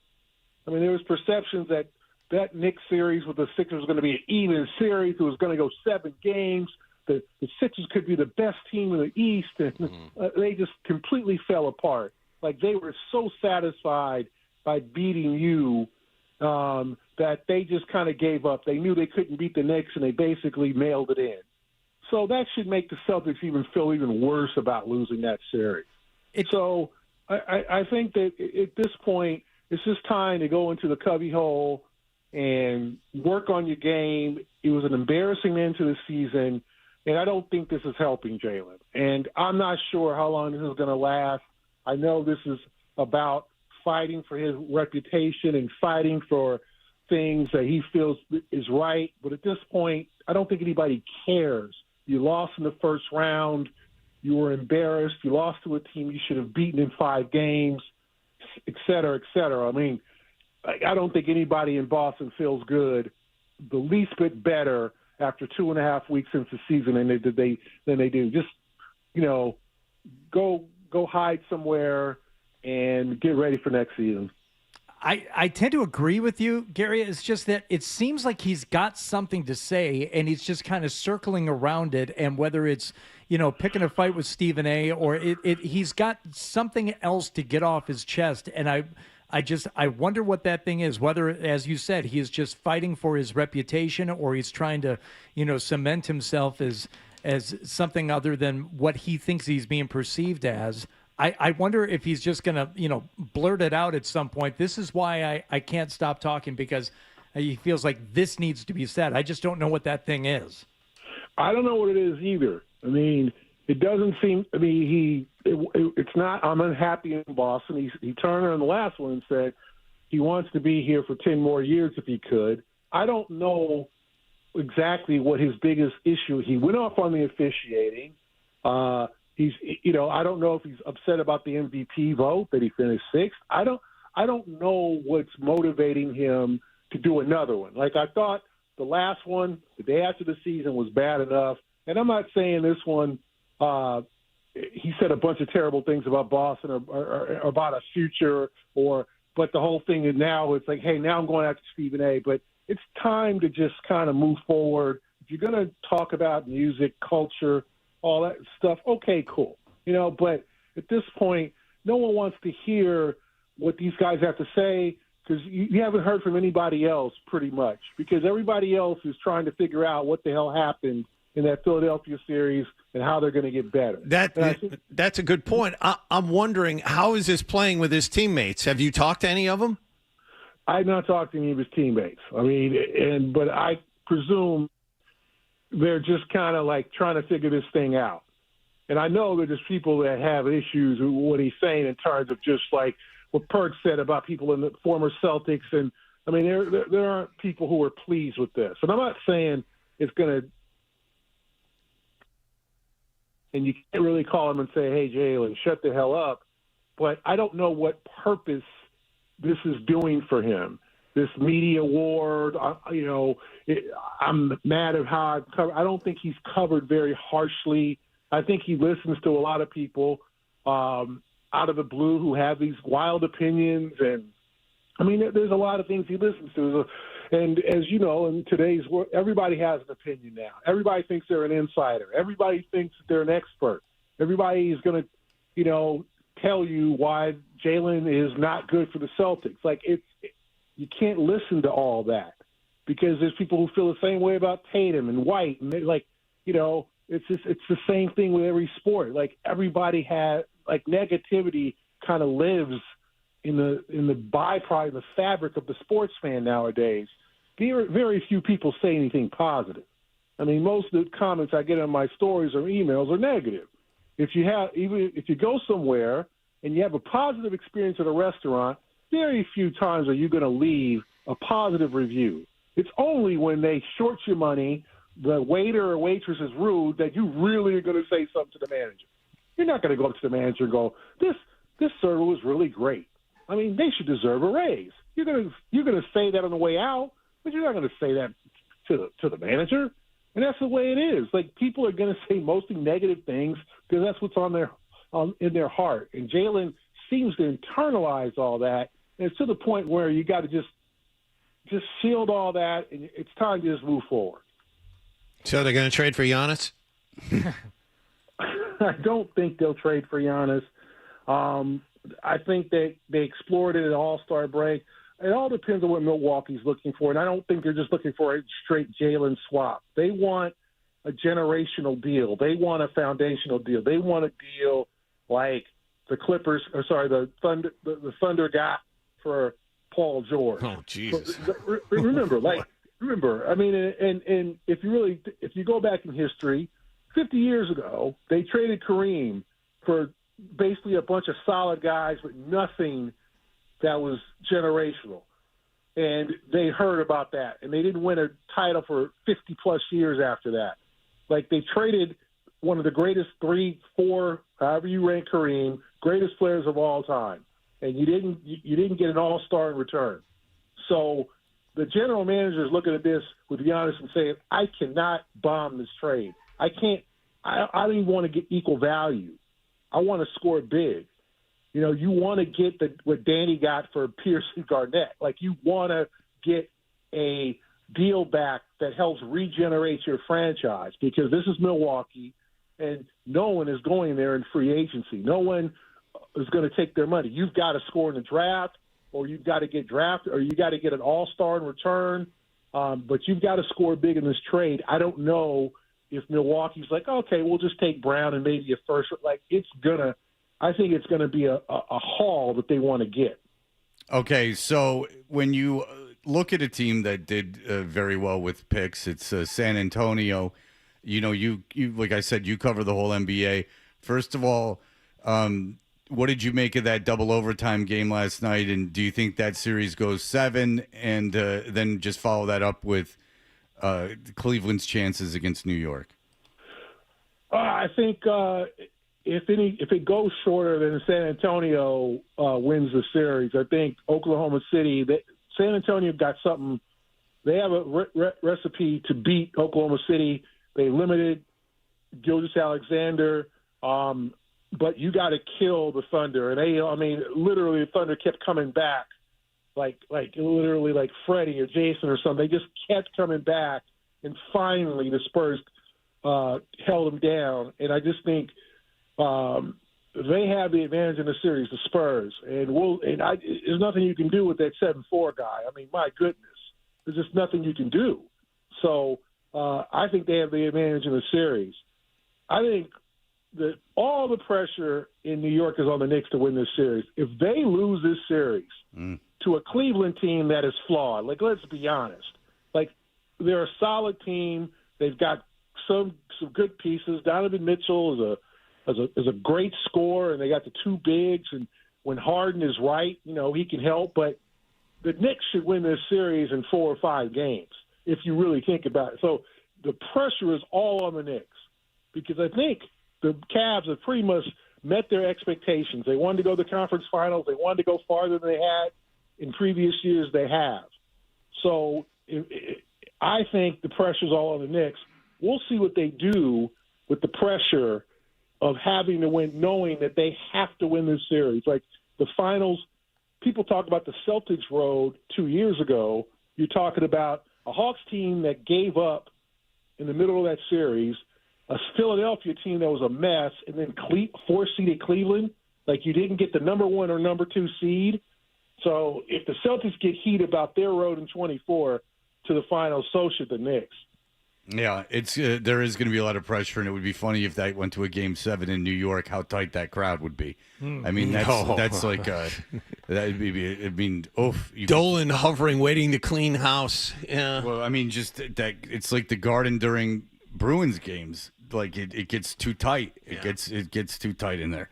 All right, Gary Washburn, thanks for everything. Read him in the Globe. He's covering the NBA. Thanks so much, my friend. Thanks, guys. All right, appreciate it. There you go, our friend Gary Washburn. We'll be back.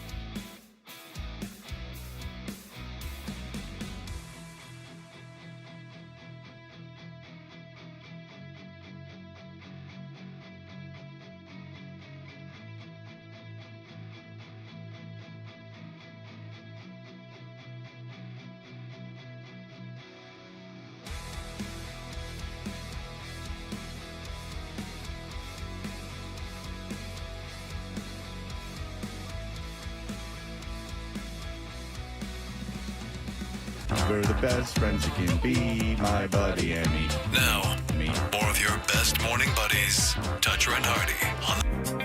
Hey, we are Toucher and Hardy. Yeah, Rocky. Coming up at 8 o'clock, we're going to play some clips of Bill Belichick on the Part of My Take podcast. They don't ask about Jordan Hudson, which is odd.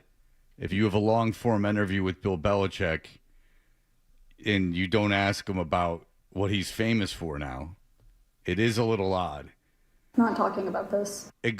Also including, it's not like if he was on NFL Films, right, and they were like, break down, the Super Bowls or something, or if he's an analyst on a, some kind of set, if someone's foolish enough to give him a television job, they've tried that. You'll recall that when the hot mic was picking up Jordan insulting the entire crew of a show, that was a freewheeling deal he was going to be doing with Matt Patricia, a show that never got off the ground. Which honestly, frankly, really isn't that good. And so we couldn't figure out why Bill Belichick was going on these shows, because he also did Sean Hannity. He did Part of My Take in Sean Hannity, and Sean Hannity's so boring there's no reason to even play anything from it. But Part of My Take is supposed to be like fun. I hear them get it's a very famous podcast. They've made the biggest sports podcast probably of all time, and they're funny. I don't know why. I haven't heard a ton of Part of My Take. I don't know if I've ever heard Part of My Take, but I know that they get great guests and that they're extremely successful. I don't know why you would have Bill Belichick on and do a long-form interview, given that he knows what you are walking in. And then I have to assume they agreed not to talk about Jordan. Then why would you have him on? I don't know. Just to talk about his knowledge of football. Well, that's what The Art of Winning is for, the very successful Art of Winning book. We were trying to figure out what he was trying to plug on these various shows. And it is funny because it is obvious that Jordan is running his publicity, because he does Part of My Take, which is on Barstool, and then he turns around and does Sean Hannity. And, because you want that, I guess, maybe he's now maybe he feels the time is hot. A year from the last time his book was released, maybe he feels this is the time. Well, are they pushing the paperback now? There's no way that went to paperback. The re-release, the edited version. I bet you they're not making it anymore. I would. Yeah. I mean, there's no way there's a second edition. Yeah, go to your local BJ's. It'll be in that bin there. Because why would they do a reprinting of a book they probably way overprinted? I mean, that was at the airport, and it couldn't crack any bestsellers list. And if it did crack a bestsellers list, we might have thought might have seen it did. It was like a very esoteric. It wasn't nonfiction, right? It was like an esoteric kind of like coaches' books about winning kind of. And that wasn't New York Times. That might have been Amazon. But that book was a huge flop. The only thing that they got out of that was Jordan interrupting that interview. Sunday Good Morning America, or the Sunday Today Show, or whatever it is, the easiest show in the world to do. They did a piece on Mike Gorman and Harry, I forget his last name, but the guy who's been there is good friends with, he retired, but he was on it at the time, and he's good friends with Mike Gorman. So they interviewed me about Mike Gorman and Harry Smith, and they were like, just every question was about how wonderful he was. I mean, it's not designed to be hard hitting. It's designed to be fluff. And he managed to she managed to screw that up. I'm a little not a little, I'm a lot disappointed that they didn't ask him about Jordan. Not even in passing. And if I'm Portnoy, even though what can Portnoy tell them? He's their, bellwether. Like, I mean, they're his bellwether. But if I was Portnoy, I would just say I wasn't Portnoy. So you say that they were a show that was under my umbrella. I wouldn't, yell at them. They're stars. But I'd just be curious, like, why didn't you talk about that? And if they were like, well, Jordan asked us not to talk about it, or we were asked not to talk about his relationship, I would say, okay, then why didn't you talk about it? And if they said, well, we had agreed to it, I would say, then why did you agree to it? Like, if you can agree to anything, just go ahead and do it anyway. I mean, there's no way, Hardy, that you haven't agreed not to talk about something in an interview and then talked about it. There's no way that's ever happened. That hasn't happened. Yes. But then I would just be like, well, if you felt uncomfortable doing that, why would you agree to that? I kind of say, what's really the point of having him on? I mean, he's a washed-up coach.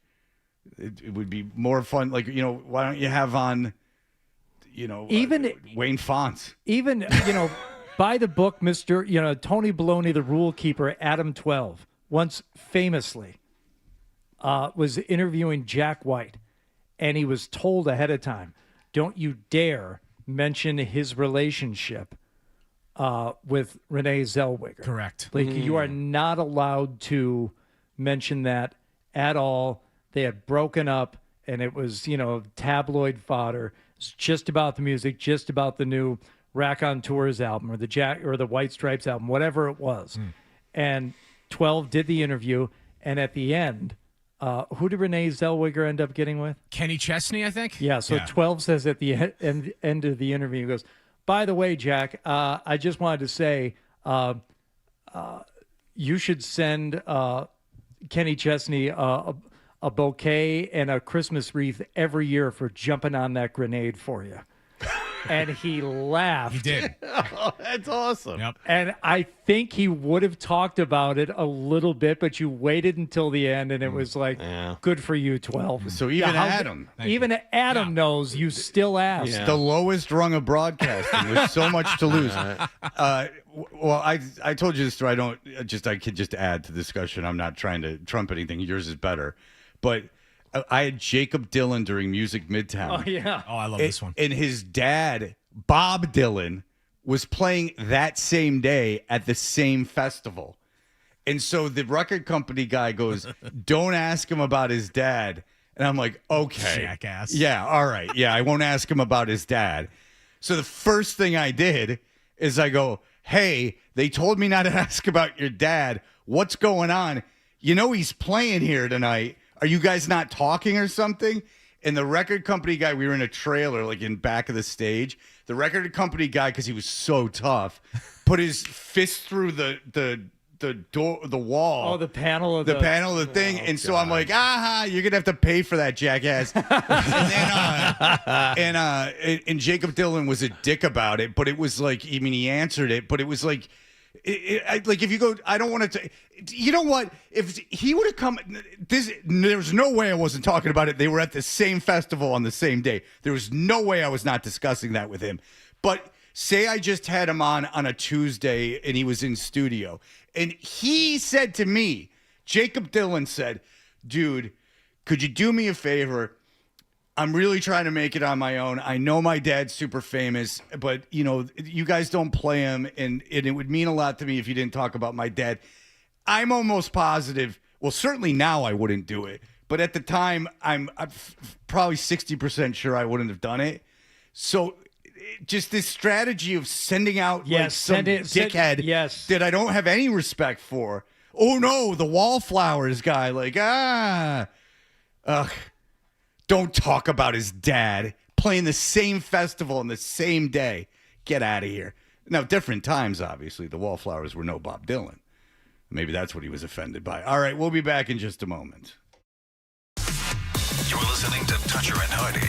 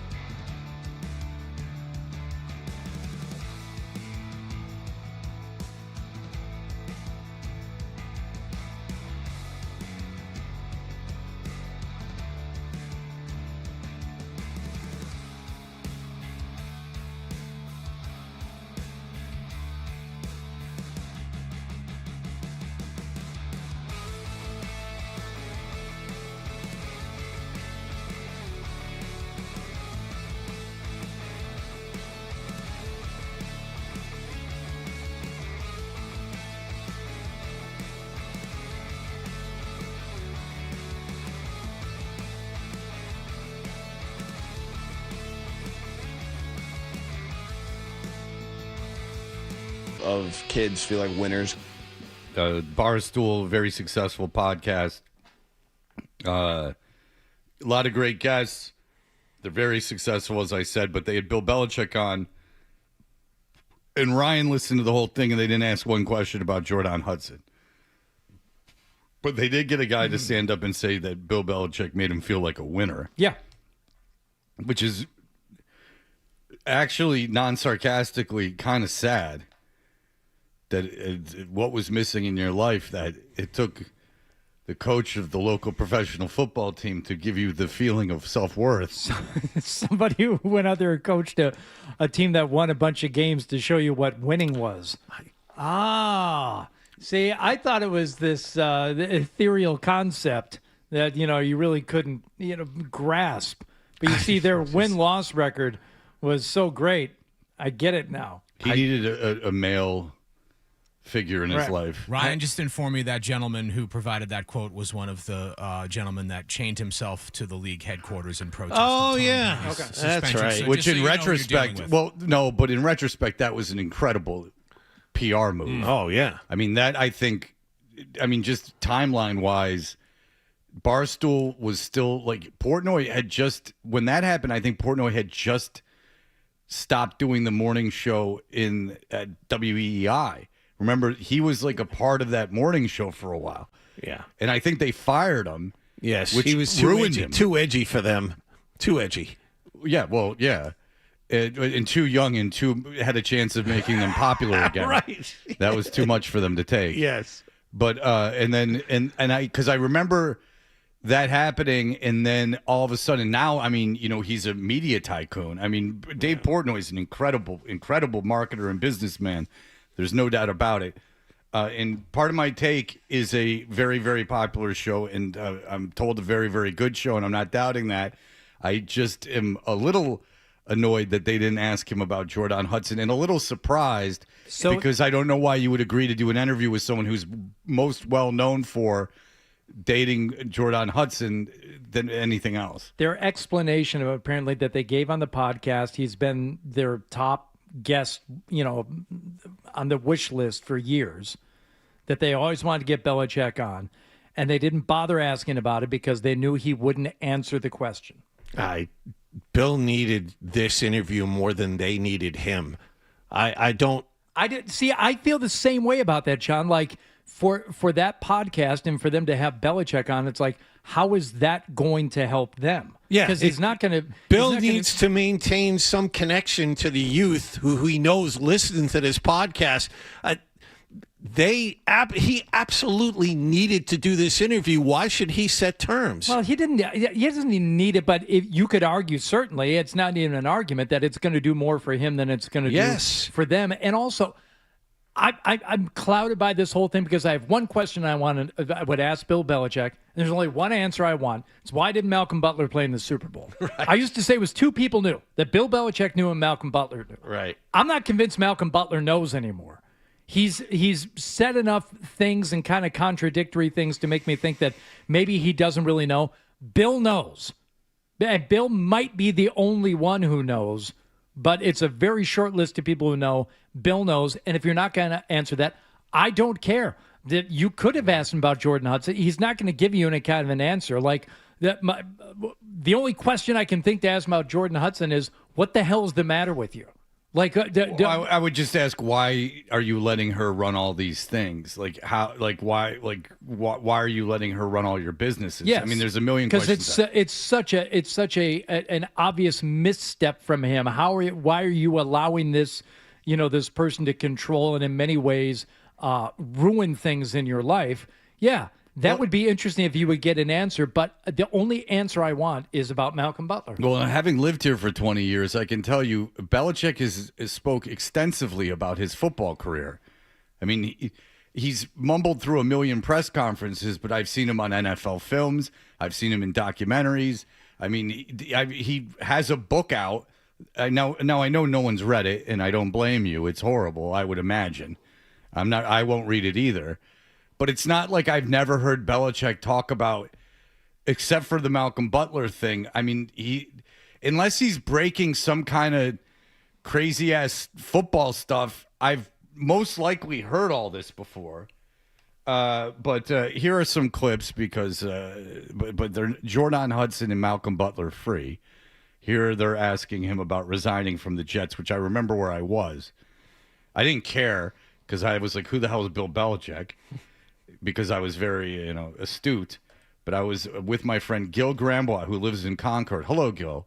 Oh. And we were in some island in Florida, like off the coast. And I remember driving around hearing that and going, what the hell is going on? I was more upset Parcells was leaving. And here we go. Gun to your head. Coffee or the New York Jets? Oh, this is because the one clip that's getting a lot of attention is the fact that he says he hates coffee. Well, that's fun. Yeah, who cares? Okay. You don't care? It humanizes him. He doesn't even like coffee ice cream, Fred, and he likes anything with sugar. But he doesn't even like coffee ice cream. He hates the smell of it. He hates it. I don't make coffee. Okay, great. I don't drink coffee or eat coffee ice cream either. Olive Branch. Yeah. You want to interview me about it? You know who did? The kid in Jaws.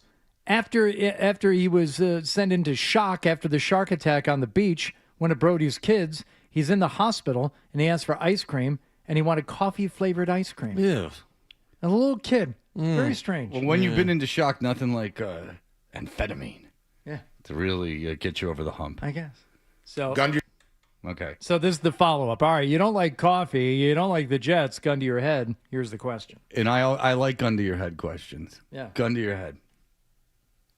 Actually, I would like to give John a gun to your head question and have him get it wrong. I'm sorry. I'm thinking of too many of these recently. You weren't here on Friday. I was going crazy on Adam.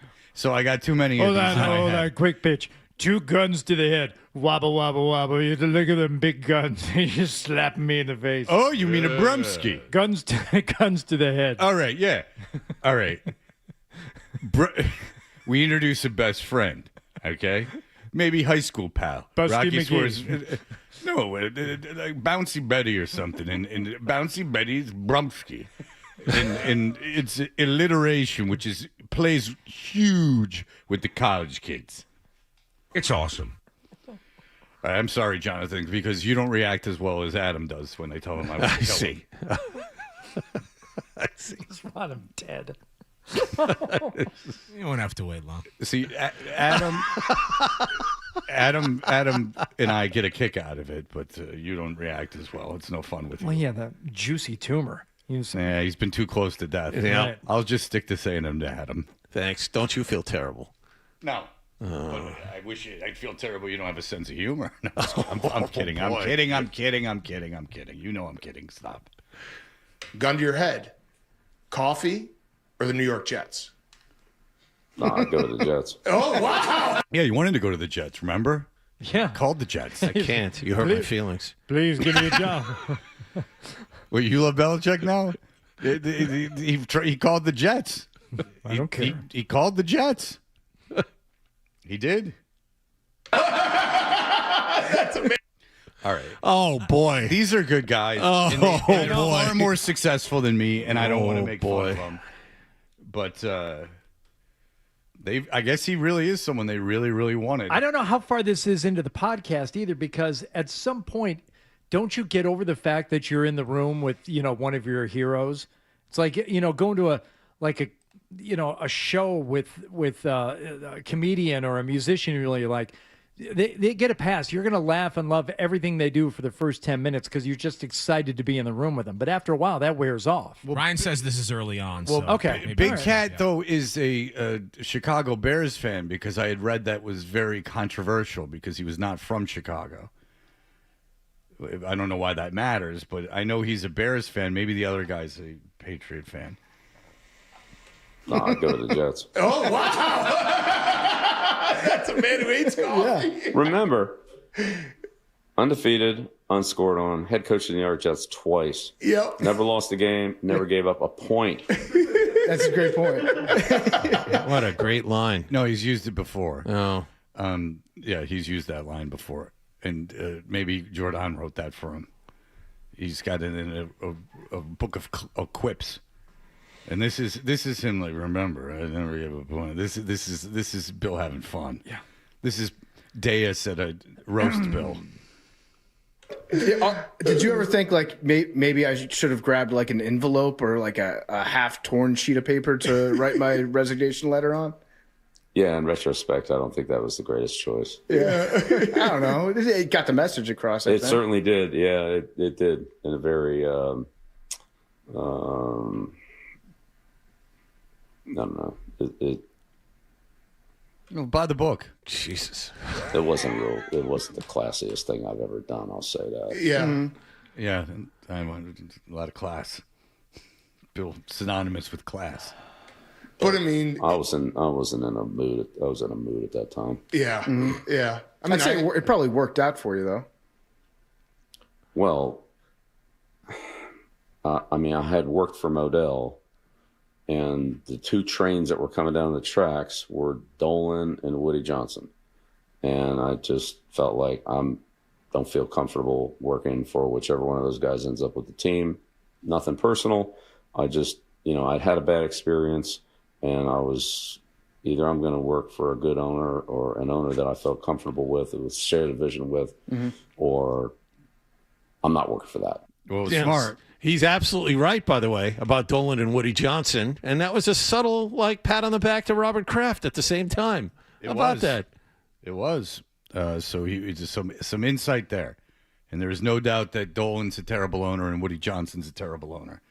I would like to think Dolan's a little worse because he's a psychopath. Yeah, I'll go with that. Like, I think At least Dolan, Woody Johnson is a fully functional individual. well, he's not, I don't, to my knowledge, he's not, because you know how they're using imaging software and AI to get people out of Knicks games? Facial recognition. Yeah, yes. I think at a Jets game, you just can go, hey, Ted, get out of here. Yeah. There's enough. By the end of the season, it's kind of, you can just walk up to people and you're like, the guy in that side of the stadium. And they go, okay, we'll go get him. They're just like, the fellow in the upper deck. Yeah, that was weird. When he was up there, I knew something was weird because he's the only guy up there. Yeah. Let's get him out of there. Which guy? The guy. Yeah, the guy. The guy. What section? The guy. When the Brady Four got locked up, did somebody come and tell you, like, hey? Okay, this is from when Portnoy and Yes. those guys got locked up in front of the commissioner's office during Deflategate, which was a brilliant PR move by Barstool. And unless my timeline's wrong, I think that, at least in my recollection, that's when Barstool became like this behemoth media situation. When the Brady Four got locked up, did somebody come and tell you, like, hey, just so you know, sir, there's 4 They got Patriots our best fans guys. that have handcuffed themselves to Roger Goodell's desk? Yeah. So was that when Portnoy got? Yeah. He was with them. He was in jail. Oh no, Dave got dragged out of the Super Bowl. Super Bowl, yeah. But before that, he and Dave and Gaz and Feidelberg went to the league office and were protesting, and they went to jail for a night. Right. Yeah. Right. I mean, I do remember that, but I mean, it wasn't, kind of like Portnoy getting dragged out. I was like, because the video, that's hysterical. Oh yeah. I mean, skinny jeans. He videoed the whole thing, right? I mean, that's hysterical. The dead legs. Yeah. Dead legs. I mean, yes. Dead leg skinny jeans. But I mean, I didn't really get to engage or follow up on it. I mean, I'm sorry, but I do close. appreciate the support. Yeah, of course. Yeah. And then when Matt Patricia wore the T-shirt with Goodell,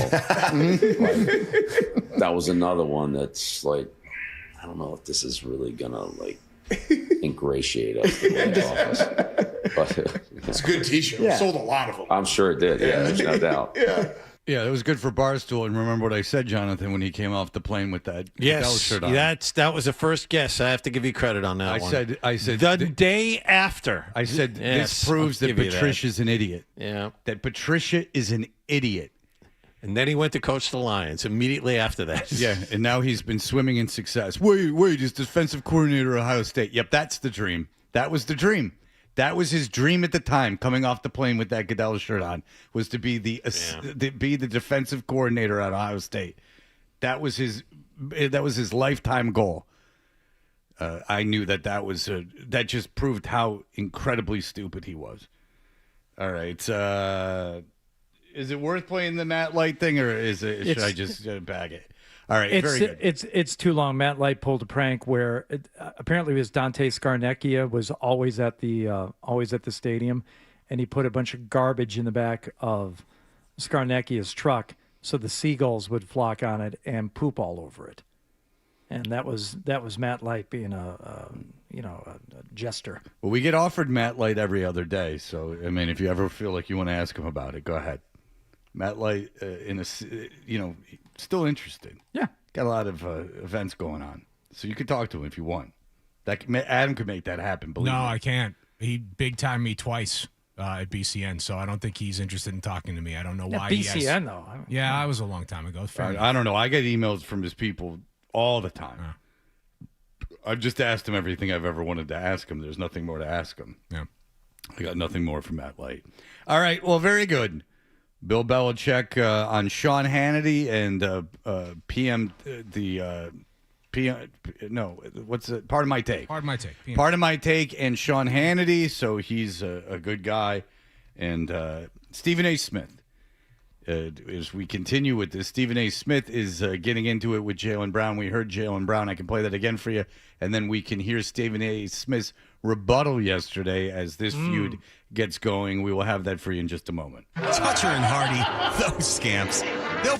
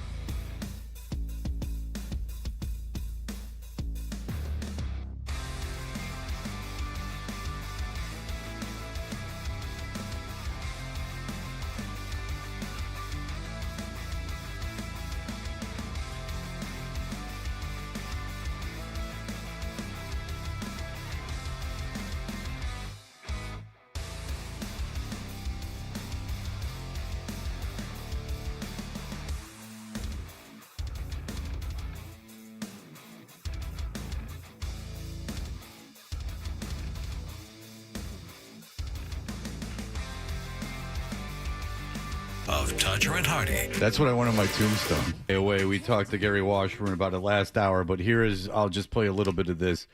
This is Jaylen Brown from the other day, and he gets to talking about Stephen A. Smith. Let's get into the good stuff. This is where all the clickbaiters is ready to click. Let's get into the good stuff. Last week, I had an exchange online with Stephen A., where he was vocal about what he thought I needed to do, and he also said some other things. So, Jason Tatum hasn't appeared on Jaylen Brown's program. Okay. You know where Jason Tatum was? Right here on First Take. Let's pause right there. What type of journalism is this? Jason Tatum hasn't been on my stream, and this is what we're talking about on First Take. What if JT just don't like being somewhere in an uncontrolled environment? People use the term clown. It synchronizes with someone like Stephen A. Smith, because this is what you're using your platform for. What are you talking about? You're saying it's the year that Jason Tatum was down with an Achilles tear is your favorite year? The year that Jason Tatum had to sit out. Can y'all hear it? All right, and then it breaks down, and then they have to talk about if they can hear it for 5 minutes. So suffice it to say, he's not happy with Stephen A. Smith. He said Stephen A. Smith, and look, the idea that Tatum didn't do his live stream and that being an issue is a little far-fetched, in my opinion. But then he goes, like, Stephen A. Smith never had to, like, work for anything, and you're like, what are you talking about? Guy's like, the most successful sports commentator in the world. They fired him. ESPN fired him. He delved into national sports talk radio. Remember, we had him on after he did a show in the studio next to ours, and then he fought his way back onto ESPN. They realized he was too valuable, and now he is their number one guy. Yeah, you don't become the number one guy at something or one of the top people without having struggled. I mean, it wasn't like nepotism. It's not like Stephen A. Smith is from a long line of, international broadcasters. I mean, that was a little ridiculous. As if he didn't do it in a team setting involving sports. Like, it's look, you can say he doesn't know anything about basketball, and I know far more because I played in the NBA. Fair enough. But you can't say someone didn't struggle for their career because they didn't play in a basketball team. I mean, now you're just insinuating. And what did I use yesterday, Hardy? That really grounded me with the people. I used an example. I know it. I'm asking you if you remember. Because remember, John, I gave a very good example. I'm trying to remember the example. I don't remember it either. All right, here it is. Did it end with somehow all women are champions? Did it end with a phrase like that? Your words, not mine. But yeah, that's kind of the sentiment. It's about how about a lady. I knew it. There you how go. about a lady who is raising 3 kids? The dad is taken off, and she's working all day and trying to get a degree at night. Yeah. Yeah. She's not hustling just because she's not on a basketball team, and then everyone went, whoa. Yeah.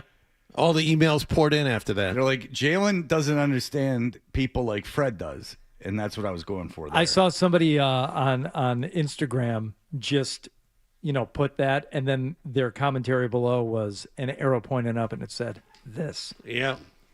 Didn't have Fred speaking the truth on my bingo card. Maybe you get that from whoever Gloria Steinem is now. That would be nice.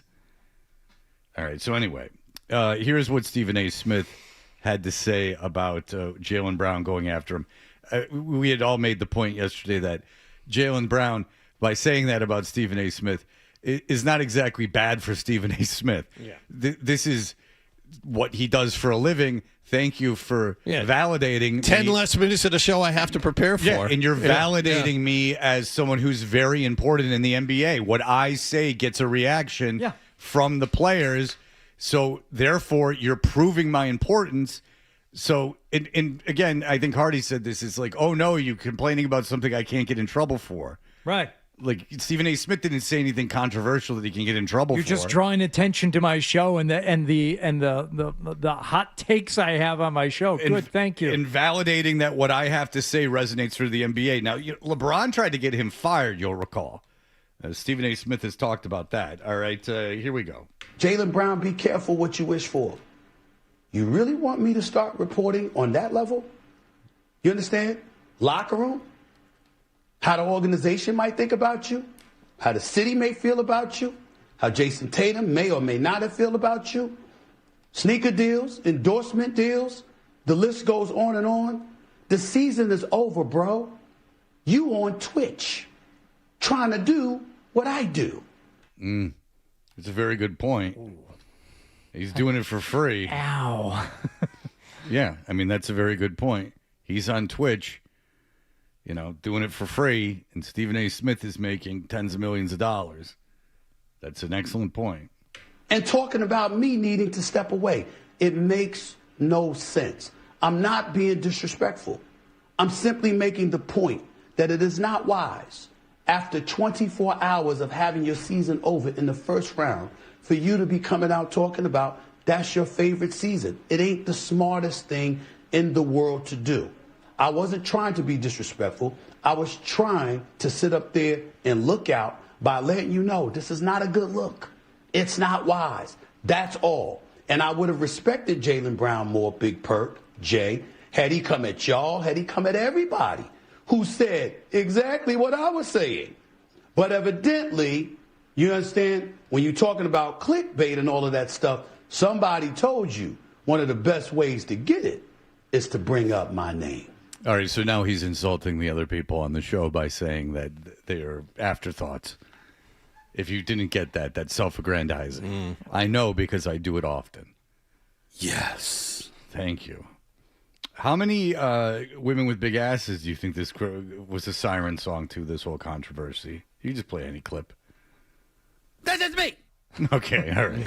Thank you. Horny all hours of the day. I know, that is true. And that's what you did. So who's really looking for clickbait?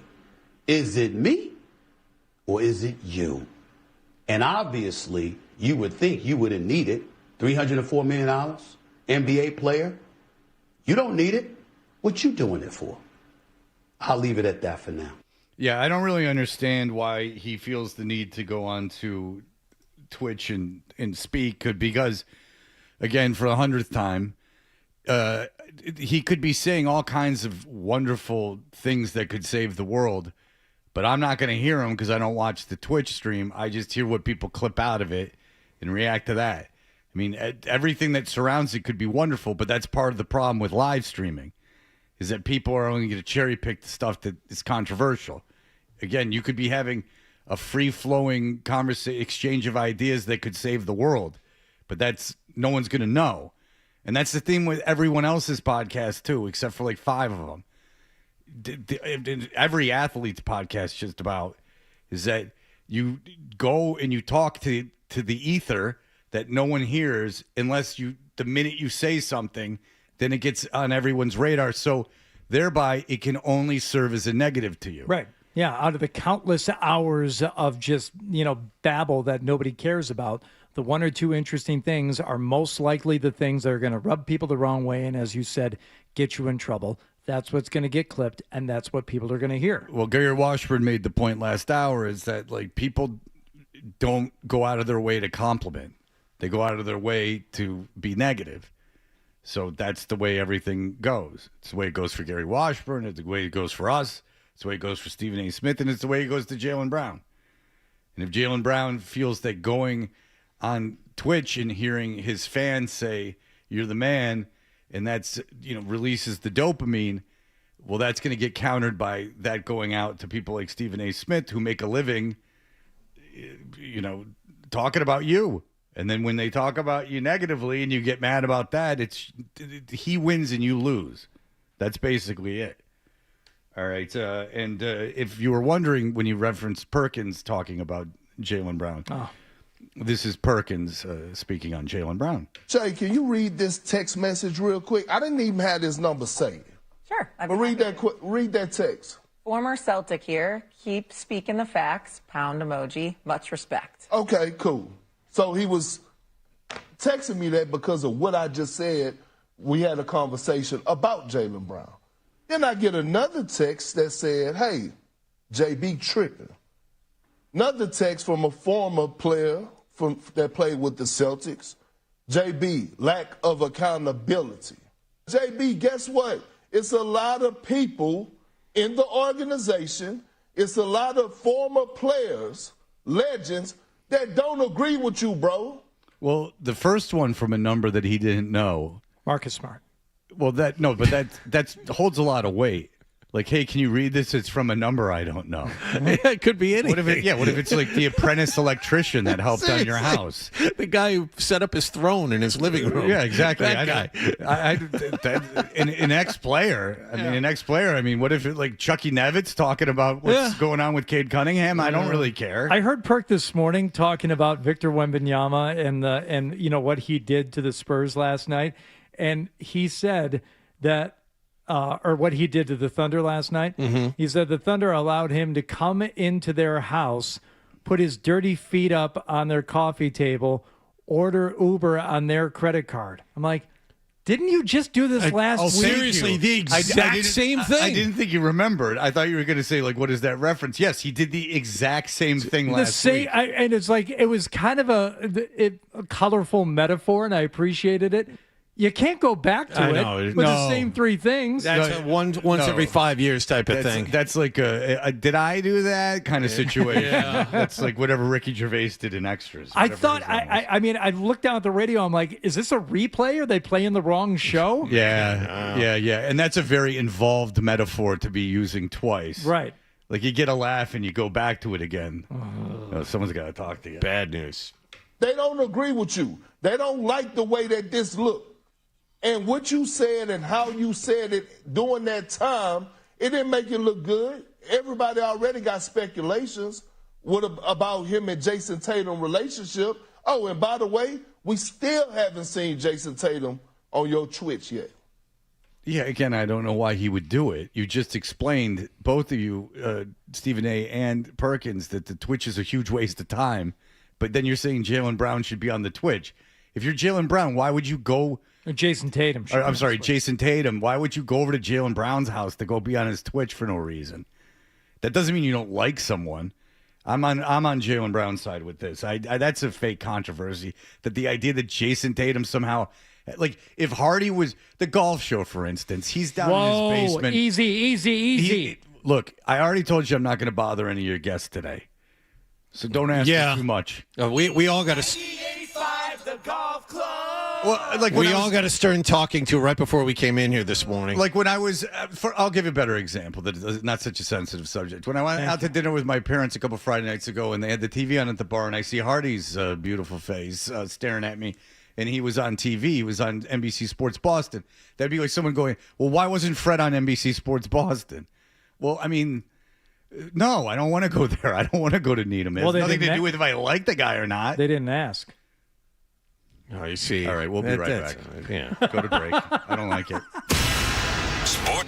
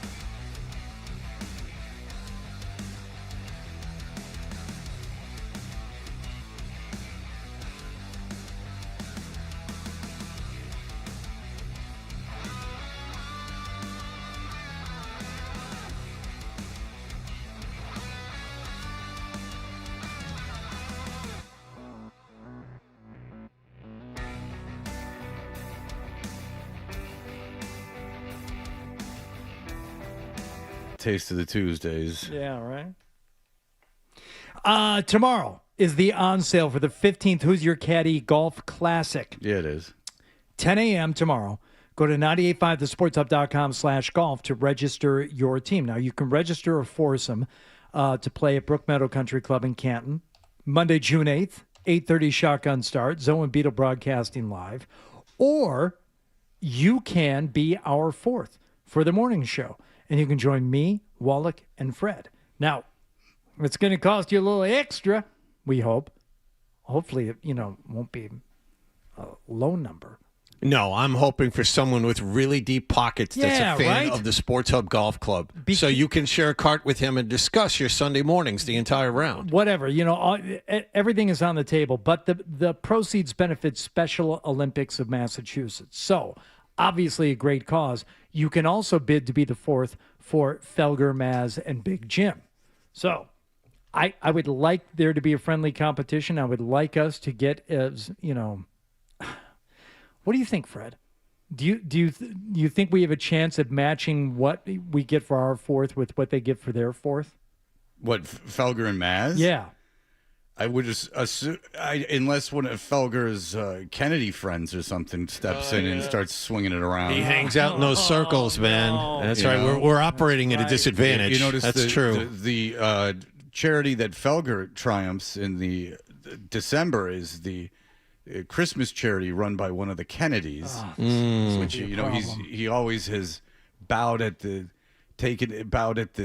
heel of the powerful. Somebody from the compound down in Hyannis gets on the horn and starts. That's a problem. One of his big poker buddies, big money poker buddies, steps in and starts throwing it around. Well, the bidding for that also opens tomorrow at 10 a.m. So go to 985thesportshub.com/golf for details. Thank you to our friends at Catches Law, the Boston Bruins Foundation, the Patriots, Celtics, Red Sox, FootJoy, Yale Appliance, Pinned Golf, and Golfers Warehouse. Yes, FootJoy. I would like to be pinned while I enjoy some feet. Oh no, this bully has pinned me down. Oh no, this stinks. Very good. So I don't know who will go for more. It is going to be a big sociological project as we look at to see who will be the fourth in Felger and Maz and who will be the fourth in our thing. Rick Radzik has already told me that the person is riding with Hardy. Oh. So, John, you and I will be sharing a Great. cart. That wouldn't be the first time. Hardy will be riding with the person. I suppose most likely the person that played with Felger and Maz would be riding with Maz. Yeah. I can see that. But I don't know. Depends. Do they party? I mean, if you party, you're going with Jimmy Murr. That's right. Right. The golf tournament, the first year that it wasn't Who's Your Caddy was a bit of a situation. They didn't like what we did with it. I invited a bunch of girls, and Adolfo was jumping into ponds and things. It made a mockery of the whole thing. Right. But then it became Who's Your Caddy, and they stuck us with our program director and the program director of WBZAM. Mm-hmm. That's right. And they did there was that. about a 5-year span in there where our boss demanded to play with you to keep an eye on you. Yeah, they did it for 5 years. Yeah. They wanted us held under so we did not go crazy. And yet somehow one of those years, Gresh and Zolak were allowed to go out there as a twosome. And Gresh had a handle of something. I forget what it was. It was Scotch. It wasn't Dr. McGilligan. No. Either. It was Scotch. It was during the day. Oh yeah, and I know this because I got a really good view of him and his cart when he and Zolak tried to run me down on the third fairway. They just took off from whatever hole they were playing and went diagonally across and tried to run me over. No, now Zolak doesn't play in the tournament. He broadcasts, so there you go. Maybe that was the last straw for Zolak. Probably. Maybe they had the police 2 shows out there on the course. It was Scotch that Gresh had because he was holding it while he was driving. Don't you find that odd to have a handle of Scotch? That seems like they wouldn't make handles of Scotch. Handles seems you're drinking for sport at that point. That's almost exclusively vodka or Jack Daniels. Scotch, It's grossing me out. Warm scotch during the day on a golf course. Mm-hmm. Wouldn't you rather have any other kind of alcohol than scotch at that point? Apparently not.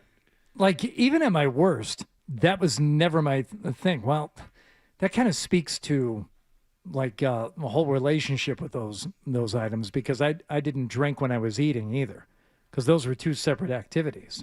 Are we eating or are we drinking? Right. What's the point of having a beer with pizza? That's just going to screw up the beer. All this pizza, I'm not going to do that. But there are guys who do that and much worse on the golf course. They call them performance enhancers, but I'm like, how can you? Well, I've played golf. How can you be doing key bumps out here? Doesn't it?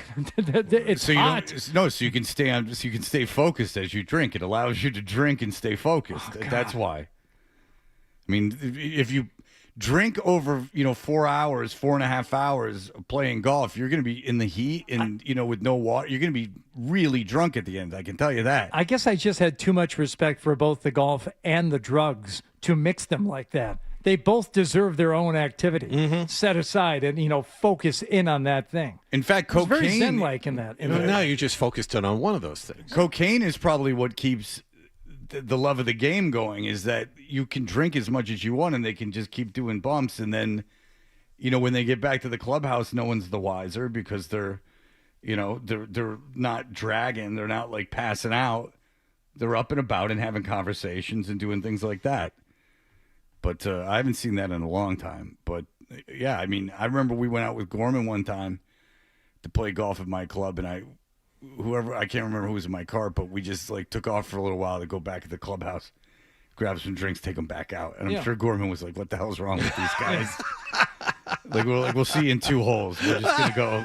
Like, they don't serve liquor at the turn, so we're just gonna go back and get some. I remember when you and I went out. There's the snack shack or whatever. It isn't at the 9th hole. It's sooner than that. It's like the 5th or the 6th. It's like at the 5th hole. Yeah, and so we made sure and stopped for some beverages there before we continued on. Some other groups passed us while we were waiting. I don't know if that's the case, Jonathan. I mean, everyone stops at that thing. Well, it is after the 9th hole, but it's a shotgun start, so maybe you started like on 4. Huh. Yeah, I don't know who was passing us. That's John's telling tall tales at this point. I don't know. All right, we'll be back in just a moment. Yeah, I know what we're doing. All right, we'll be back in just a moment. You're listening to Toucher and Hardy on the Sports Hub.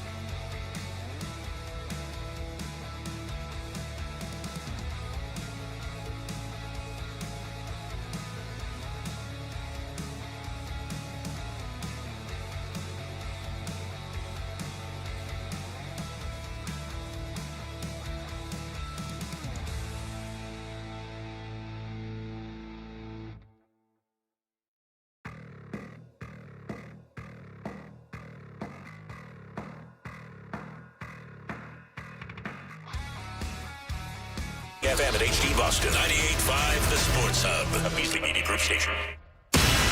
Sports Hub headlines. Red Sox began a 3-game series in Kansas City with a 3-1 win over the last-place Royals last night. Sonny Gray allowed the 1 run in 6 innings for the victory. The 2 teams will go again tonight. Ranger Suarez will make the start for the Sox. Before the game, Roman Anthony tried to take some swings but felt more soreness in that hand. He will try again on Thursday. ESPN reported yesterday the Celtics were indeed one of a handful of teams that contacted Milwaukee at the deadline about a possible trade for Giannis Antetokounmpo. Shams Charania added a resolution to Giannis's current situation is expected before next month's draft. At the NBA playoffs, San Antonio won in Oklahoma City in Game 1 of the Western Conference Finals, 122-115 in double overtime. Victor Wembanyama, 41 points and 21 rebounds. The NFL Network reports Kansas City free agent defensive end Janaris Robinson is going to work out for the Patriots today. And at the NHL playoffs, Alex Newhook's goal, 11-22 into overtime, handed Montreal a 3-2 win in Buffalo in Game 7 of that second-round playoff series. Canadians now play Game 1 of the Eastern Conference Finals tomorrow night on the road against Carolina.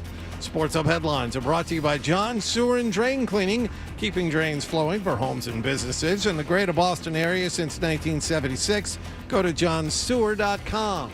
I'm John Wallach on Boston's Home for Sports, 98.5 The Sports Hub. Your next update at 9:30.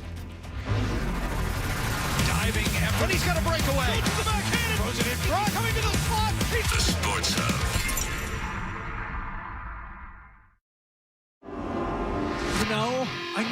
I know. No, you don't know. Everyone agrees that I'm the only one who's not wrong. Right or wrong, they're back. Toucher and Harding on the Sports Hub. Hello, we are Toucher and Hardy. You can watch us on YouTube. Subscribe. Hi, Dalen. You can subscribe. Hi, Dalen. We were never able to find you again.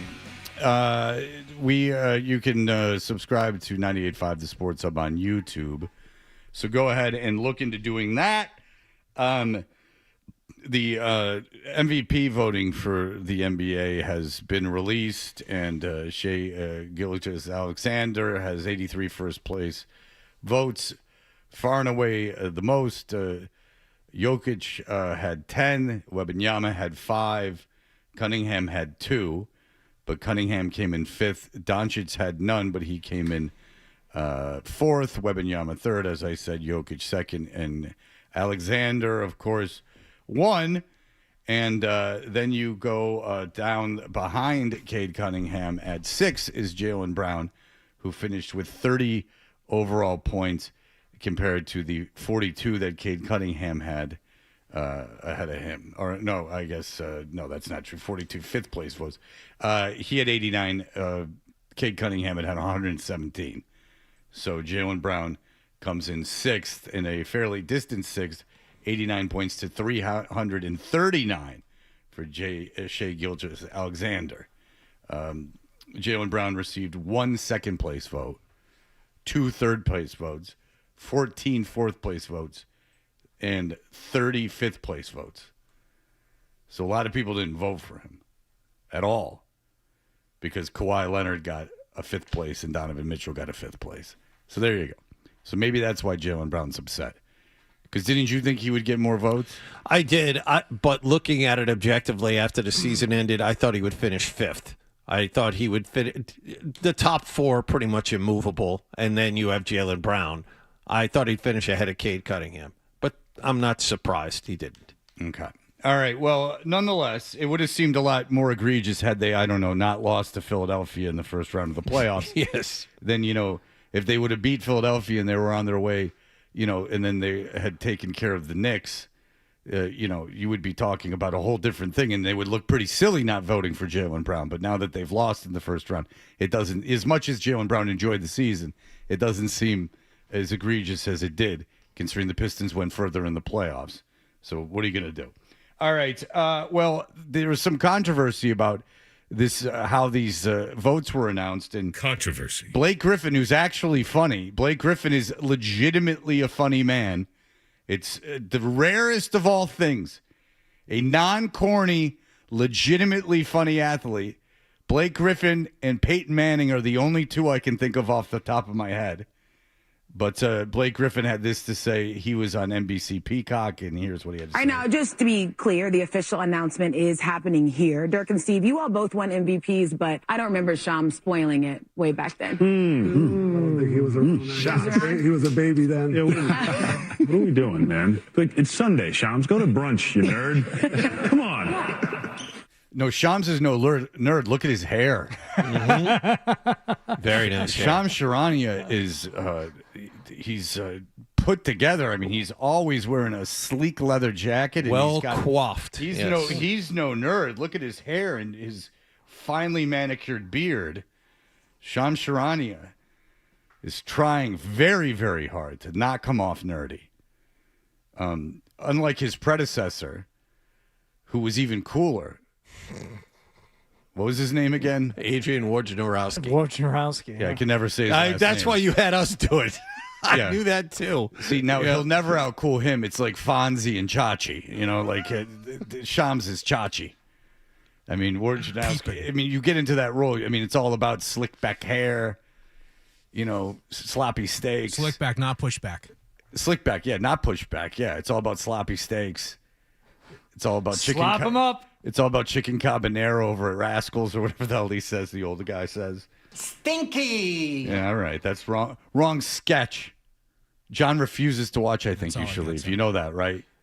Even though it's become part of the zeitgeist, he refuses to watch. No, he's seen portions of the first season. Didn't make it all the way through the first season, but It doesn't seem to be John's type of thing.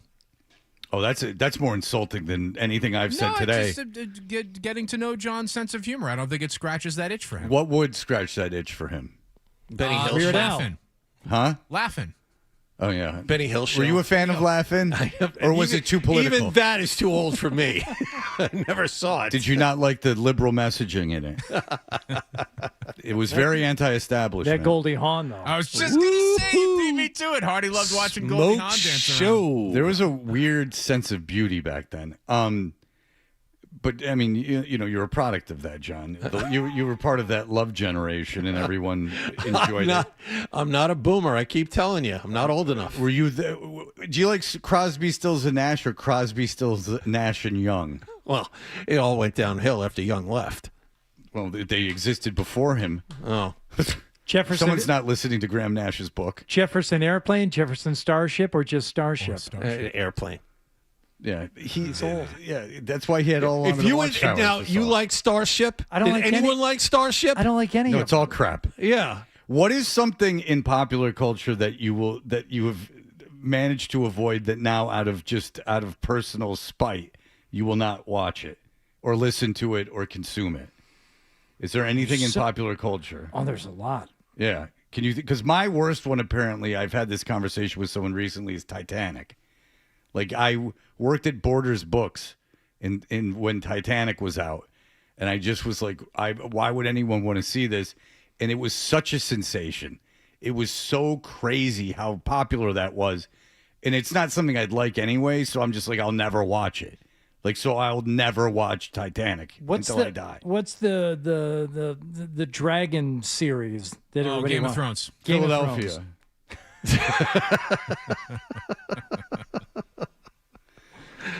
No, well, Game of Thrones, I don't know. That's hard because it's like you'd have to devote like 24 hours of your life to that show. So that's a little bit harder. I've never seen the Goonies. Yeah, I've never seen the Goonies either. Oh wow. But you've seen Titanic. Yes. Oh, yeah. Well, I went on a date. The girls that Steve and I were dating at the time wanted to go see it. So. You and Steve were like Dan Petrie and you were like Dan Petrie and Kirk Gibson. You were dating twins. I could easily see Titanic as one of those things that I would have never ever watched. Yeah. I just didn't want to see it at the time, and now like I've never felt a need to see it. But I've never seen Predator. I've never seen. There's like a lot of those kinds of movies I've never seen. I've never seen Terminator. I would like to see Alien, but I've never seen it. I would watch Alien, but I've just never seen it. Why not Terminator? I mean, it's not something like, if you asked me to put a stake down in one thing I'll never see, would be Titanic. I'm not interested in that kind of movie. I don't like that kind of stuff. I would say you should watch Predator before you should watch The Terminator. But I get it. Like it's not going to be funny to me because I heard about it so much. Like it's not going to be funny to me. No, I don't think you should watch it like satirically or as ironically. Like it's a good movie. Yeah. One movie that everyone should watch though is whatever Rambo it was that was the last one. Mm-hmm. Because that is comically funny. There are 5 of them now, I think. Okay, so it's the 5th one. I So think there are 5. He can't move, Sylvester Stallone. So first of all, there's a guy who's like really committing like genocide that Rambo has to fight against. But just for kicks, they throw in that he molests kids too. So they do that like 3/4 of the way through the movie, and you're like, all right. And so, like, the just genocide was didn't fun. like him before. So now he kills him by hiding. Spoiler alert! Sorry, I just spat. Spoiler alert! He like hides behind something and then moves his hand to stab him in the gut. Then in the penultimate scene where he's railing everyone down, and but I guess maybe the stabbing is the last one. But when he's ramming everyone down, there is the bad guys are running legitimately down a hill. He has a machine gun. What are they called when they're like on a stand when you just move them around? He's got one of those kinds of machine guns, and he's just mowing them down as they run into the bullets. Yeah, they keep advancing. Yeah, they keep advancing into the bullets as if one of them are going to break through the sea of bullets. It's like Gallipoli. Rambo: Last Blood. Yeah, that's what it's called. Yeah, he's not a lot of movement on his part at that point. All right, so here is Shams Charania. He's on the McAfee show, so have some patience, have some grace for the length of question. But here is what he had to say. He's a senior NBA insider, and to get to the top of the mountain in which he is, you're going to have to make decisions and tweets that certainly ruffle some feathers. Ladies and gentlemen, the man who broke the news that SGA would be a back-to-back MVP on his X account, hours and hours. Why does he have to do everything wrestling? Everything is wrestling. Everything is a minute. Everything's 2 minutes. All of you out there, what is it with you in wrestling? You're adults. Stop with the wrestling already. It's invading too much of culture. Like wrestling in the form of wrestling is fine. But wrestling, like everyone's got a gimmick and like they're doing a Hulk Hogan thing. It's too much. Brutality. No, I'm a technical wrestling fan. Bruno Sammartino. Kaboom. You know who I strangely adored? Ravishing Rick Rude. For he was ravishing. Even I, a heterosexual male, found him to be ravishing. Hours and hours and hours and hours before it was supposed to be announced. Still going. On Prime. Ladies and gentlemen, journalist Shams Charania. And then they clap like idiots, like Stern, when you hear the annoying WNBC shows where they have this clapping. And that was 1984. What's that noise? I was going to say from 40 years ago. Yeah, they did that. If you don't know what we're talking about, Stern, way early in his career, would have everyone would clap. Yay! They would go, yay, and clap. But I was 9, and I'm now 51. And notice Stern stopped that. He stopped it mid-'80s. You son of a bitch! This guy! They swore because they can. Yeah. All right. So that was a 34 seconds to get Shams Charania. So, Shams, can you just tell us a little bit more about where you stand, how you stand, and how you came about this piece of information that it seems like he still won't stop. Shams Charania has not said one word. Would feel obligated to put out if you got it as an insider. I mean, listen, I'm. Why does he give them like grace too?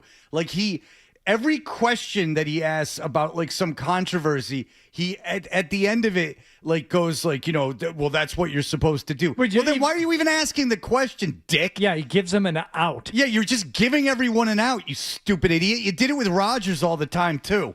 Just this, you're playing the interviews. Yeah, he's paying Rodgers $1 million. Rodgers was saying lunatic stuff on his show all the time. That's how he got this gig. But you're having Shams Charania on, whose only purpose is to report news happening by the NBA. Nothing in his world is of any importance. There's some wrestling promo that has to be done for a minute before it. The audience, even if you like him, you have to realize how aggravating that is for someone who stopped watching wrestling a long time ago. It's too much. I don't go to wrestling events and tell them to shut up. Wrestle the day away. I just don't like how this whole wrestling thing is invading media. It's like everyone, because it's too easy. It's too easy to create a shtick and then go into some kind of wrestling Hulk Hogan-esque promo. It requires no nuance, no timing. I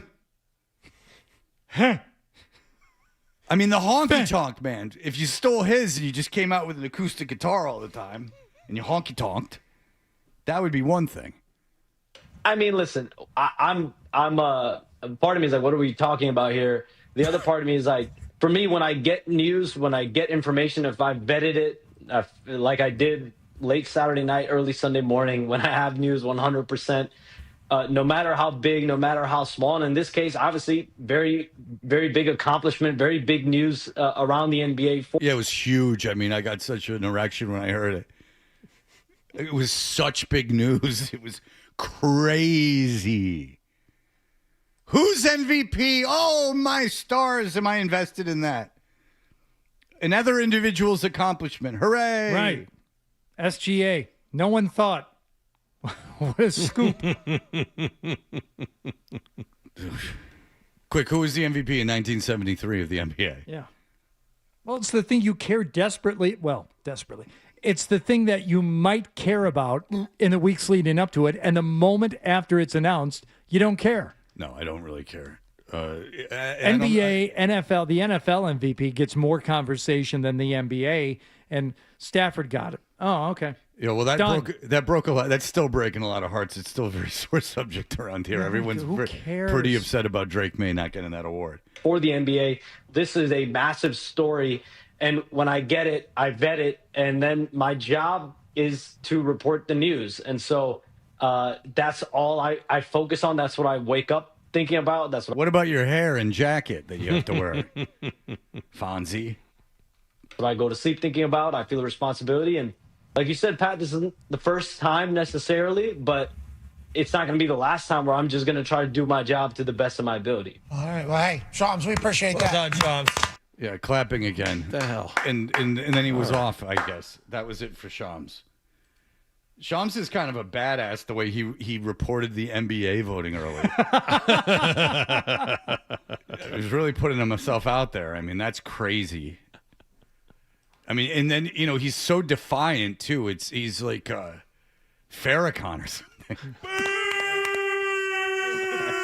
He's so defiant. He'll say, I'll do it. I did it once and I'll do it again, you sons of bitches.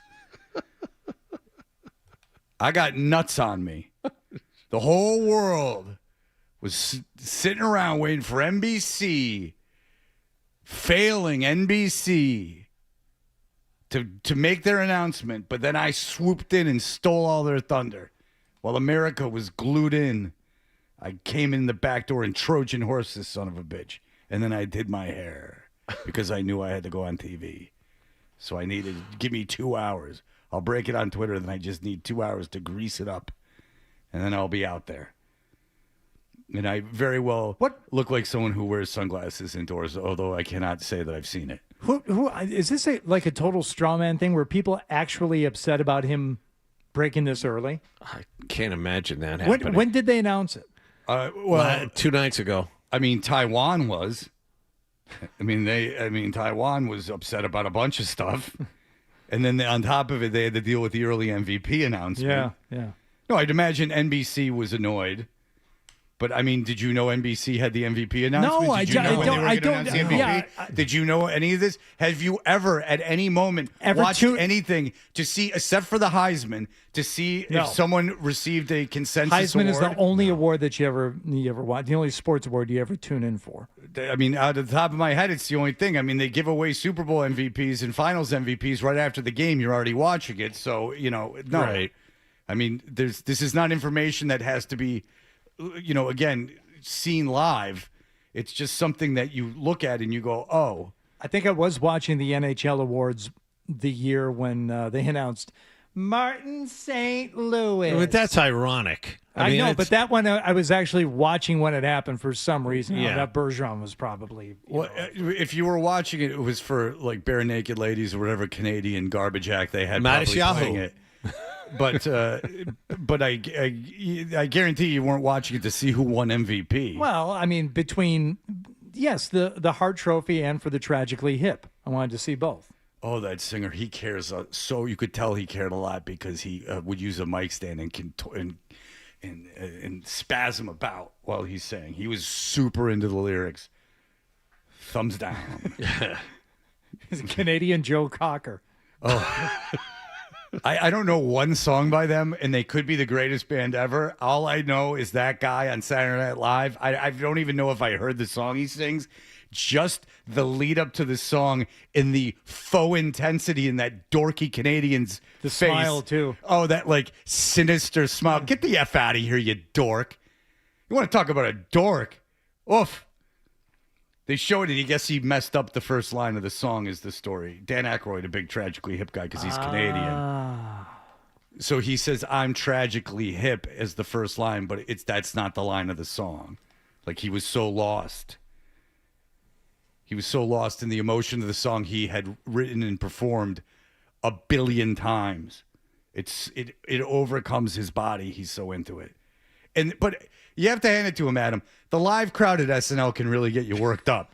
They're throwing chairs around. When you bring that up again, I can picture his stupid facial expressions in my brain, and then it just makes me think of Duval. Yeah. Just it's like a Canadian trying too hard. If you don't know what I'm talking about, just YouTube Tragically Hip Saturday Night Live. Again, if you like their music, I'm not insulting them as a musical entity. I cannot speak on that. I swear to you that I might even like them had I hear them, but I will not listen to them because of the way the singer acts like, again, they're doing this show on national television in front of a studio audience. He's the worst. Oh, that screams middle school play. He rolls his eyes. Get out of here, you douchebag. Pick up the microphone. You don't have an instrument in your hands, you piece of garbage. God, I hate that. Good way to pop your head around. Yeah, you hate it too.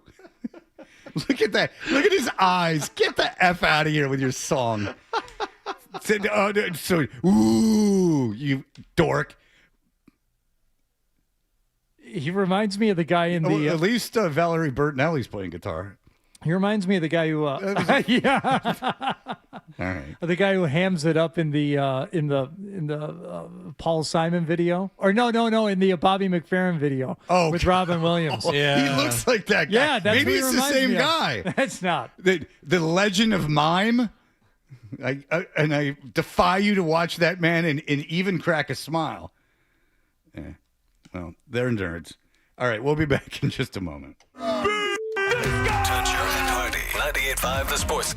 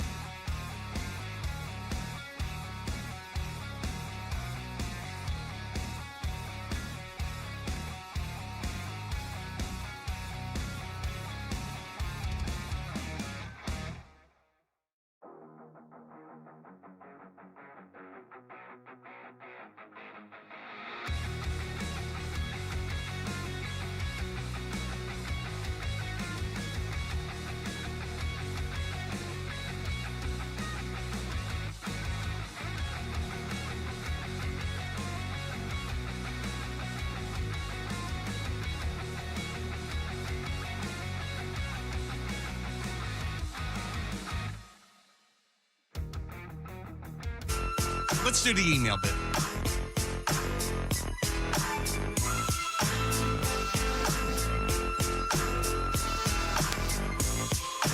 Hey, we're Toucher and Hardy. Our email segment is powered by Jeffrey Glassman, injury lawyers who've been hurt in a car or work accident. You got to get Glassman. Don't just send an email. Call all sevens at 617-777-7777 or visit gottagetglassman.com.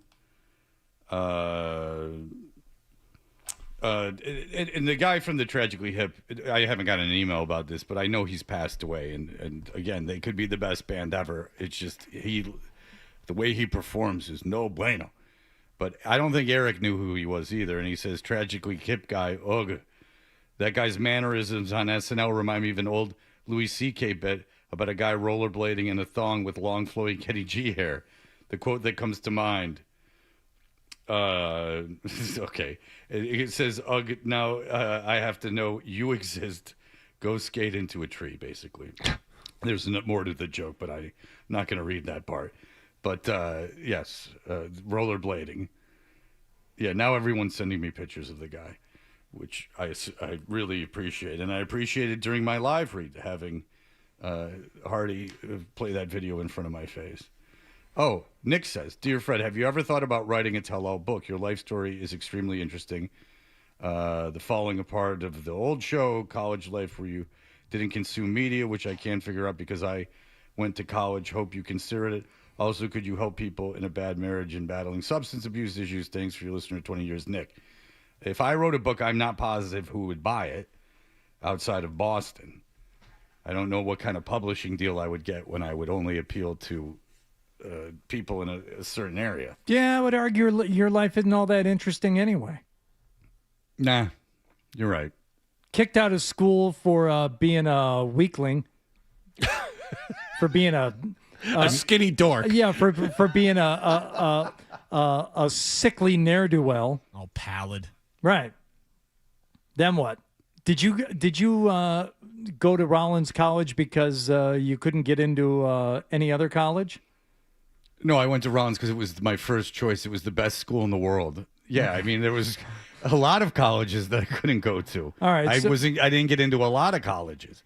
I mean, I didn't get into too many to mention. I was waitlisted at Michigan State, which is saying something. No, I went to Rollins. I wanted to go to Rollins. Didn't read any books, consume any media for the entirety of your college. No, that wasn't a shot at Michigan State. That was a shot at me for being waitlisted there. How's that a shot at Michigan State? Hardy got in. I didn't. I got waitlisted. I would have gotten in. They would have put me in, but they didn't let me in right away. Got out of school, started doing radio, still do radio. But bum.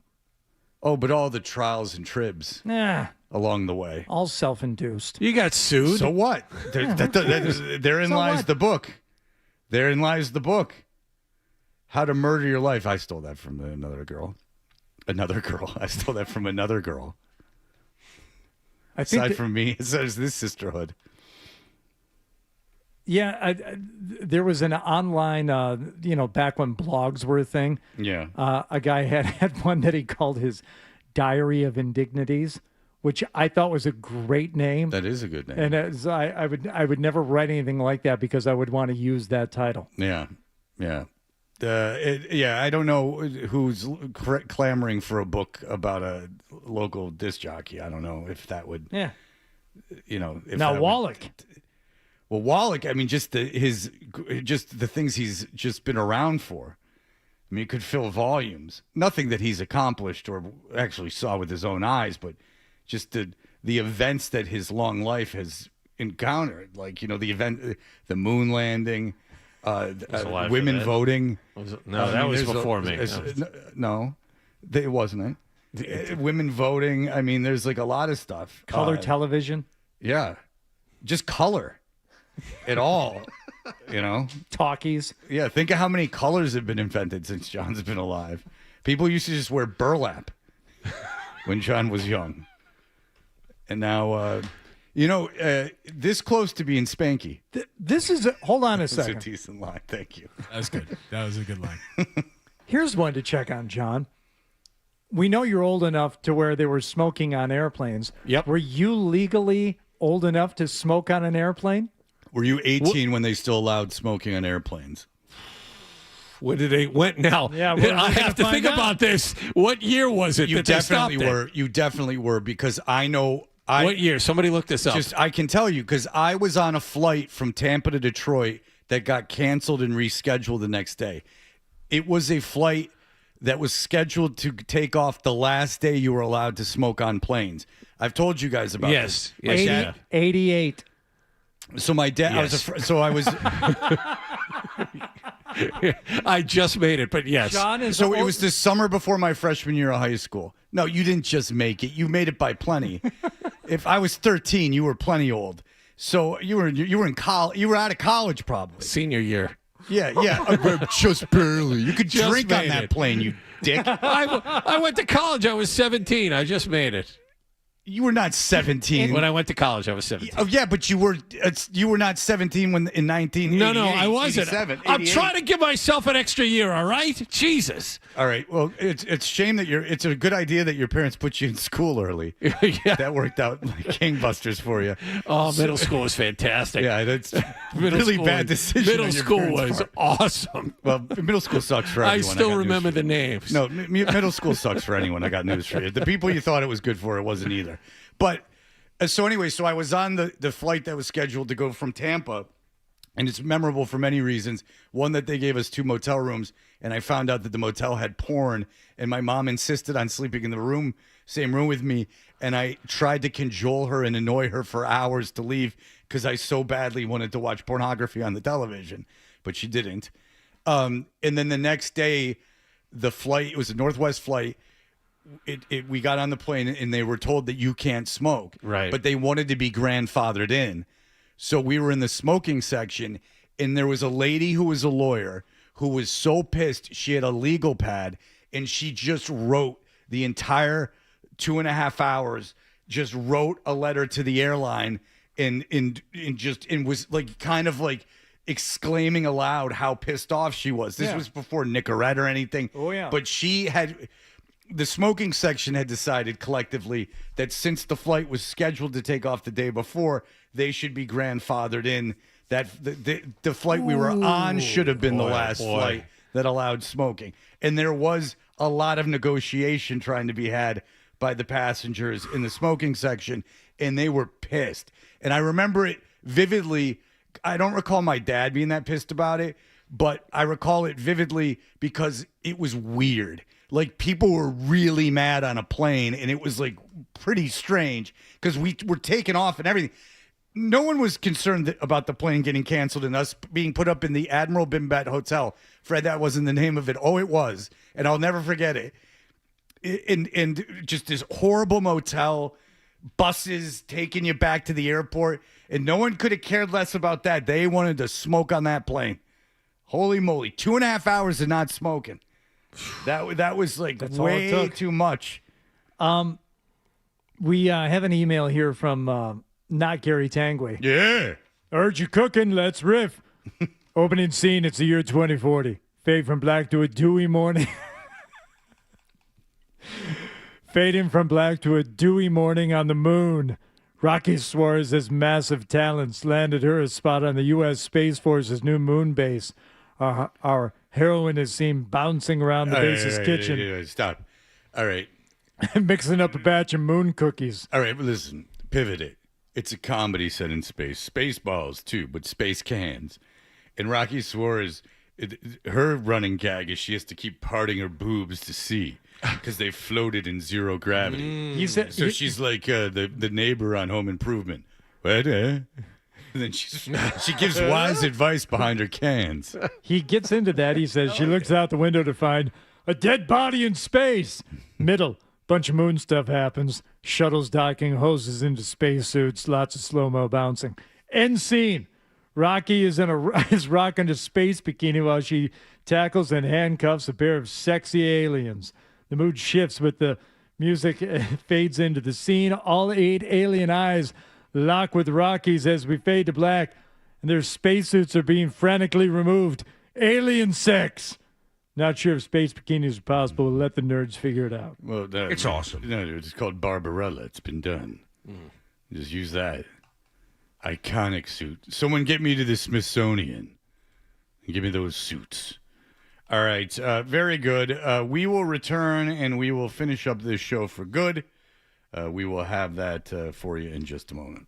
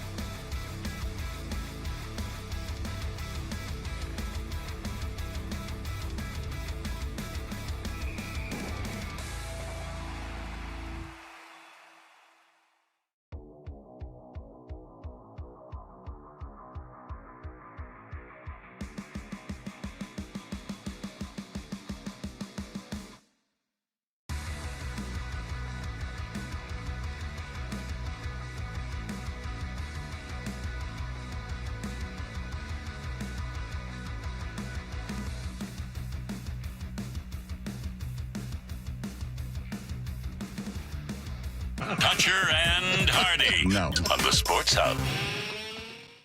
We know what you're thinking. What could I possibly have missed from the show? It's time for The Stack on Toucher and Hardy.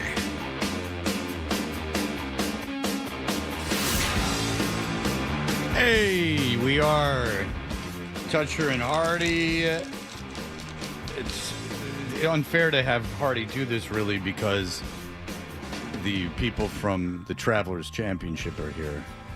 People, if by people you mean Nathan Grube, tournament director, and Andy Bissett, chief administrative officer from the Travelers, are here. Yes, not to mention Michael Whitmer, formerly the Boston Globe, now working for the Travelers. They're all here. They're all here, and they're ready to have a nice chin wag about the upcoming Travelers Championship being contested. TPC River Highlands, Cromwell, Connecticut will be there again the Wednesday before the tournament begins. But yeah, as a prelude to that, they'll be on the Sports Hub Golf Club this weekend. Weren't we there the first day of the tournament last year? Yes, we were there on a Thursday. We were there for the first round last year. We're there for a practice round this year. No. I'm almost positive. No, we were there during the tournament last During year. the tournament Are you last sure? year. Yes. Oh, that's right. Maybe because ESPN had it on Wednesday, had our spot. Whatever reason. Hardy's also very excited because I've informed him of another event that is happening the day after we will be there. It's Women's Day at the tournament, and the MC of all the festivities at this event at the Travelers on Thursday is who, Hardy? Well, it's Jenna Bush Hager. No, she's the featured guest, but who is emceeing the event? I believe Dylan Dreyer will be there. That Jenna Bush Hager makes it into The Devil Wears Prada, too. Yeah, she does. She's very important part. It's a good thing that they wedged her in there. And she looks great.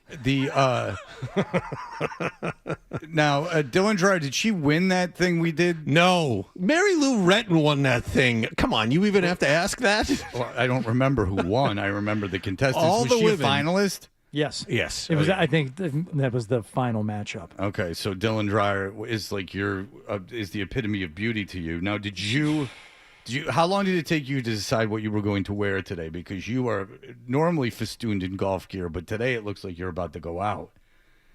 Well, I was going to try and get out and play a quick 9 after work today, but it's 90 million degrees outside. You're going to melt if you try that. I know, and I get whatever. No, there wasn't any extra thought put into it just because Mr. Grube and Mr. Bissett are here along with Mr. Whitmer. No, just wear what I wear. I'm a golf guy too. I know. Now, how long did you say golf is good gig golf week? Well, I have a hat that matches the shirt better, but I chose this hat because I knew I was going to wear these shoes, and I wanted the black and white to match the black and white. Oh, look at that. Yeah. Is that how they do things on the golf course? That's how I do things. Very quickly, Fred, some sad news from the world of music. I'll be the judge of that. The band that gave us this, nobody knows. But of course, I'll stop it. But of course, you'll remember David Pastrnak giving us this gem. Hey, why are you wearing the glasses now? I assume it's not sunny, or is it just you enjoy having them on? Well, we were listening Barbie Girl before you guys asked me to do media, so I was kind of dancing with these glasses out in the locker room, and then you guys ruined it, and I had to go answer the question, so I missed the Barbie Girl song, and who knows what's going to be on when I come back. Yeah. And Scott Zolak famously telling the story of realizing that there was a new regime in town after Bill Parcells left the Patriots and Pete Carroll came in, and he walked past his office, and Pete Carroll was in his office listening to... Hiya, Bobby. We were listening Barbie Girl. Wait, Pete Carroll was listening to it like on purpose? Jamming out in his office at top volume to the Barbie song, and Zoe said, "This isn't like Parcells. This is different now." But they got back to it with Belichick, at least. They got back to the Barbie. At least they kept that going. Now, so where do we know where they're from? Is it? Yes, Norway. Yeah, all right. Norway. Yeah. It's that kind of rock. Danish Norwegian band. Yeah, I've been reading. It's got that kind of vibe to it that is very much like Roxette, come on, join. Hey, you fool. I love you. Come join the joyride. That's like the Barbie girl thing. Like, come on, the Barbie, let's go party. I like metal. Yeah. That's why Pasternak loves it. Yeah. Because he's from around Norway, at least closer than we are. Now I'm thinking about Zolak Parcells' stories. They are my favorite because he was so mean to Zoe.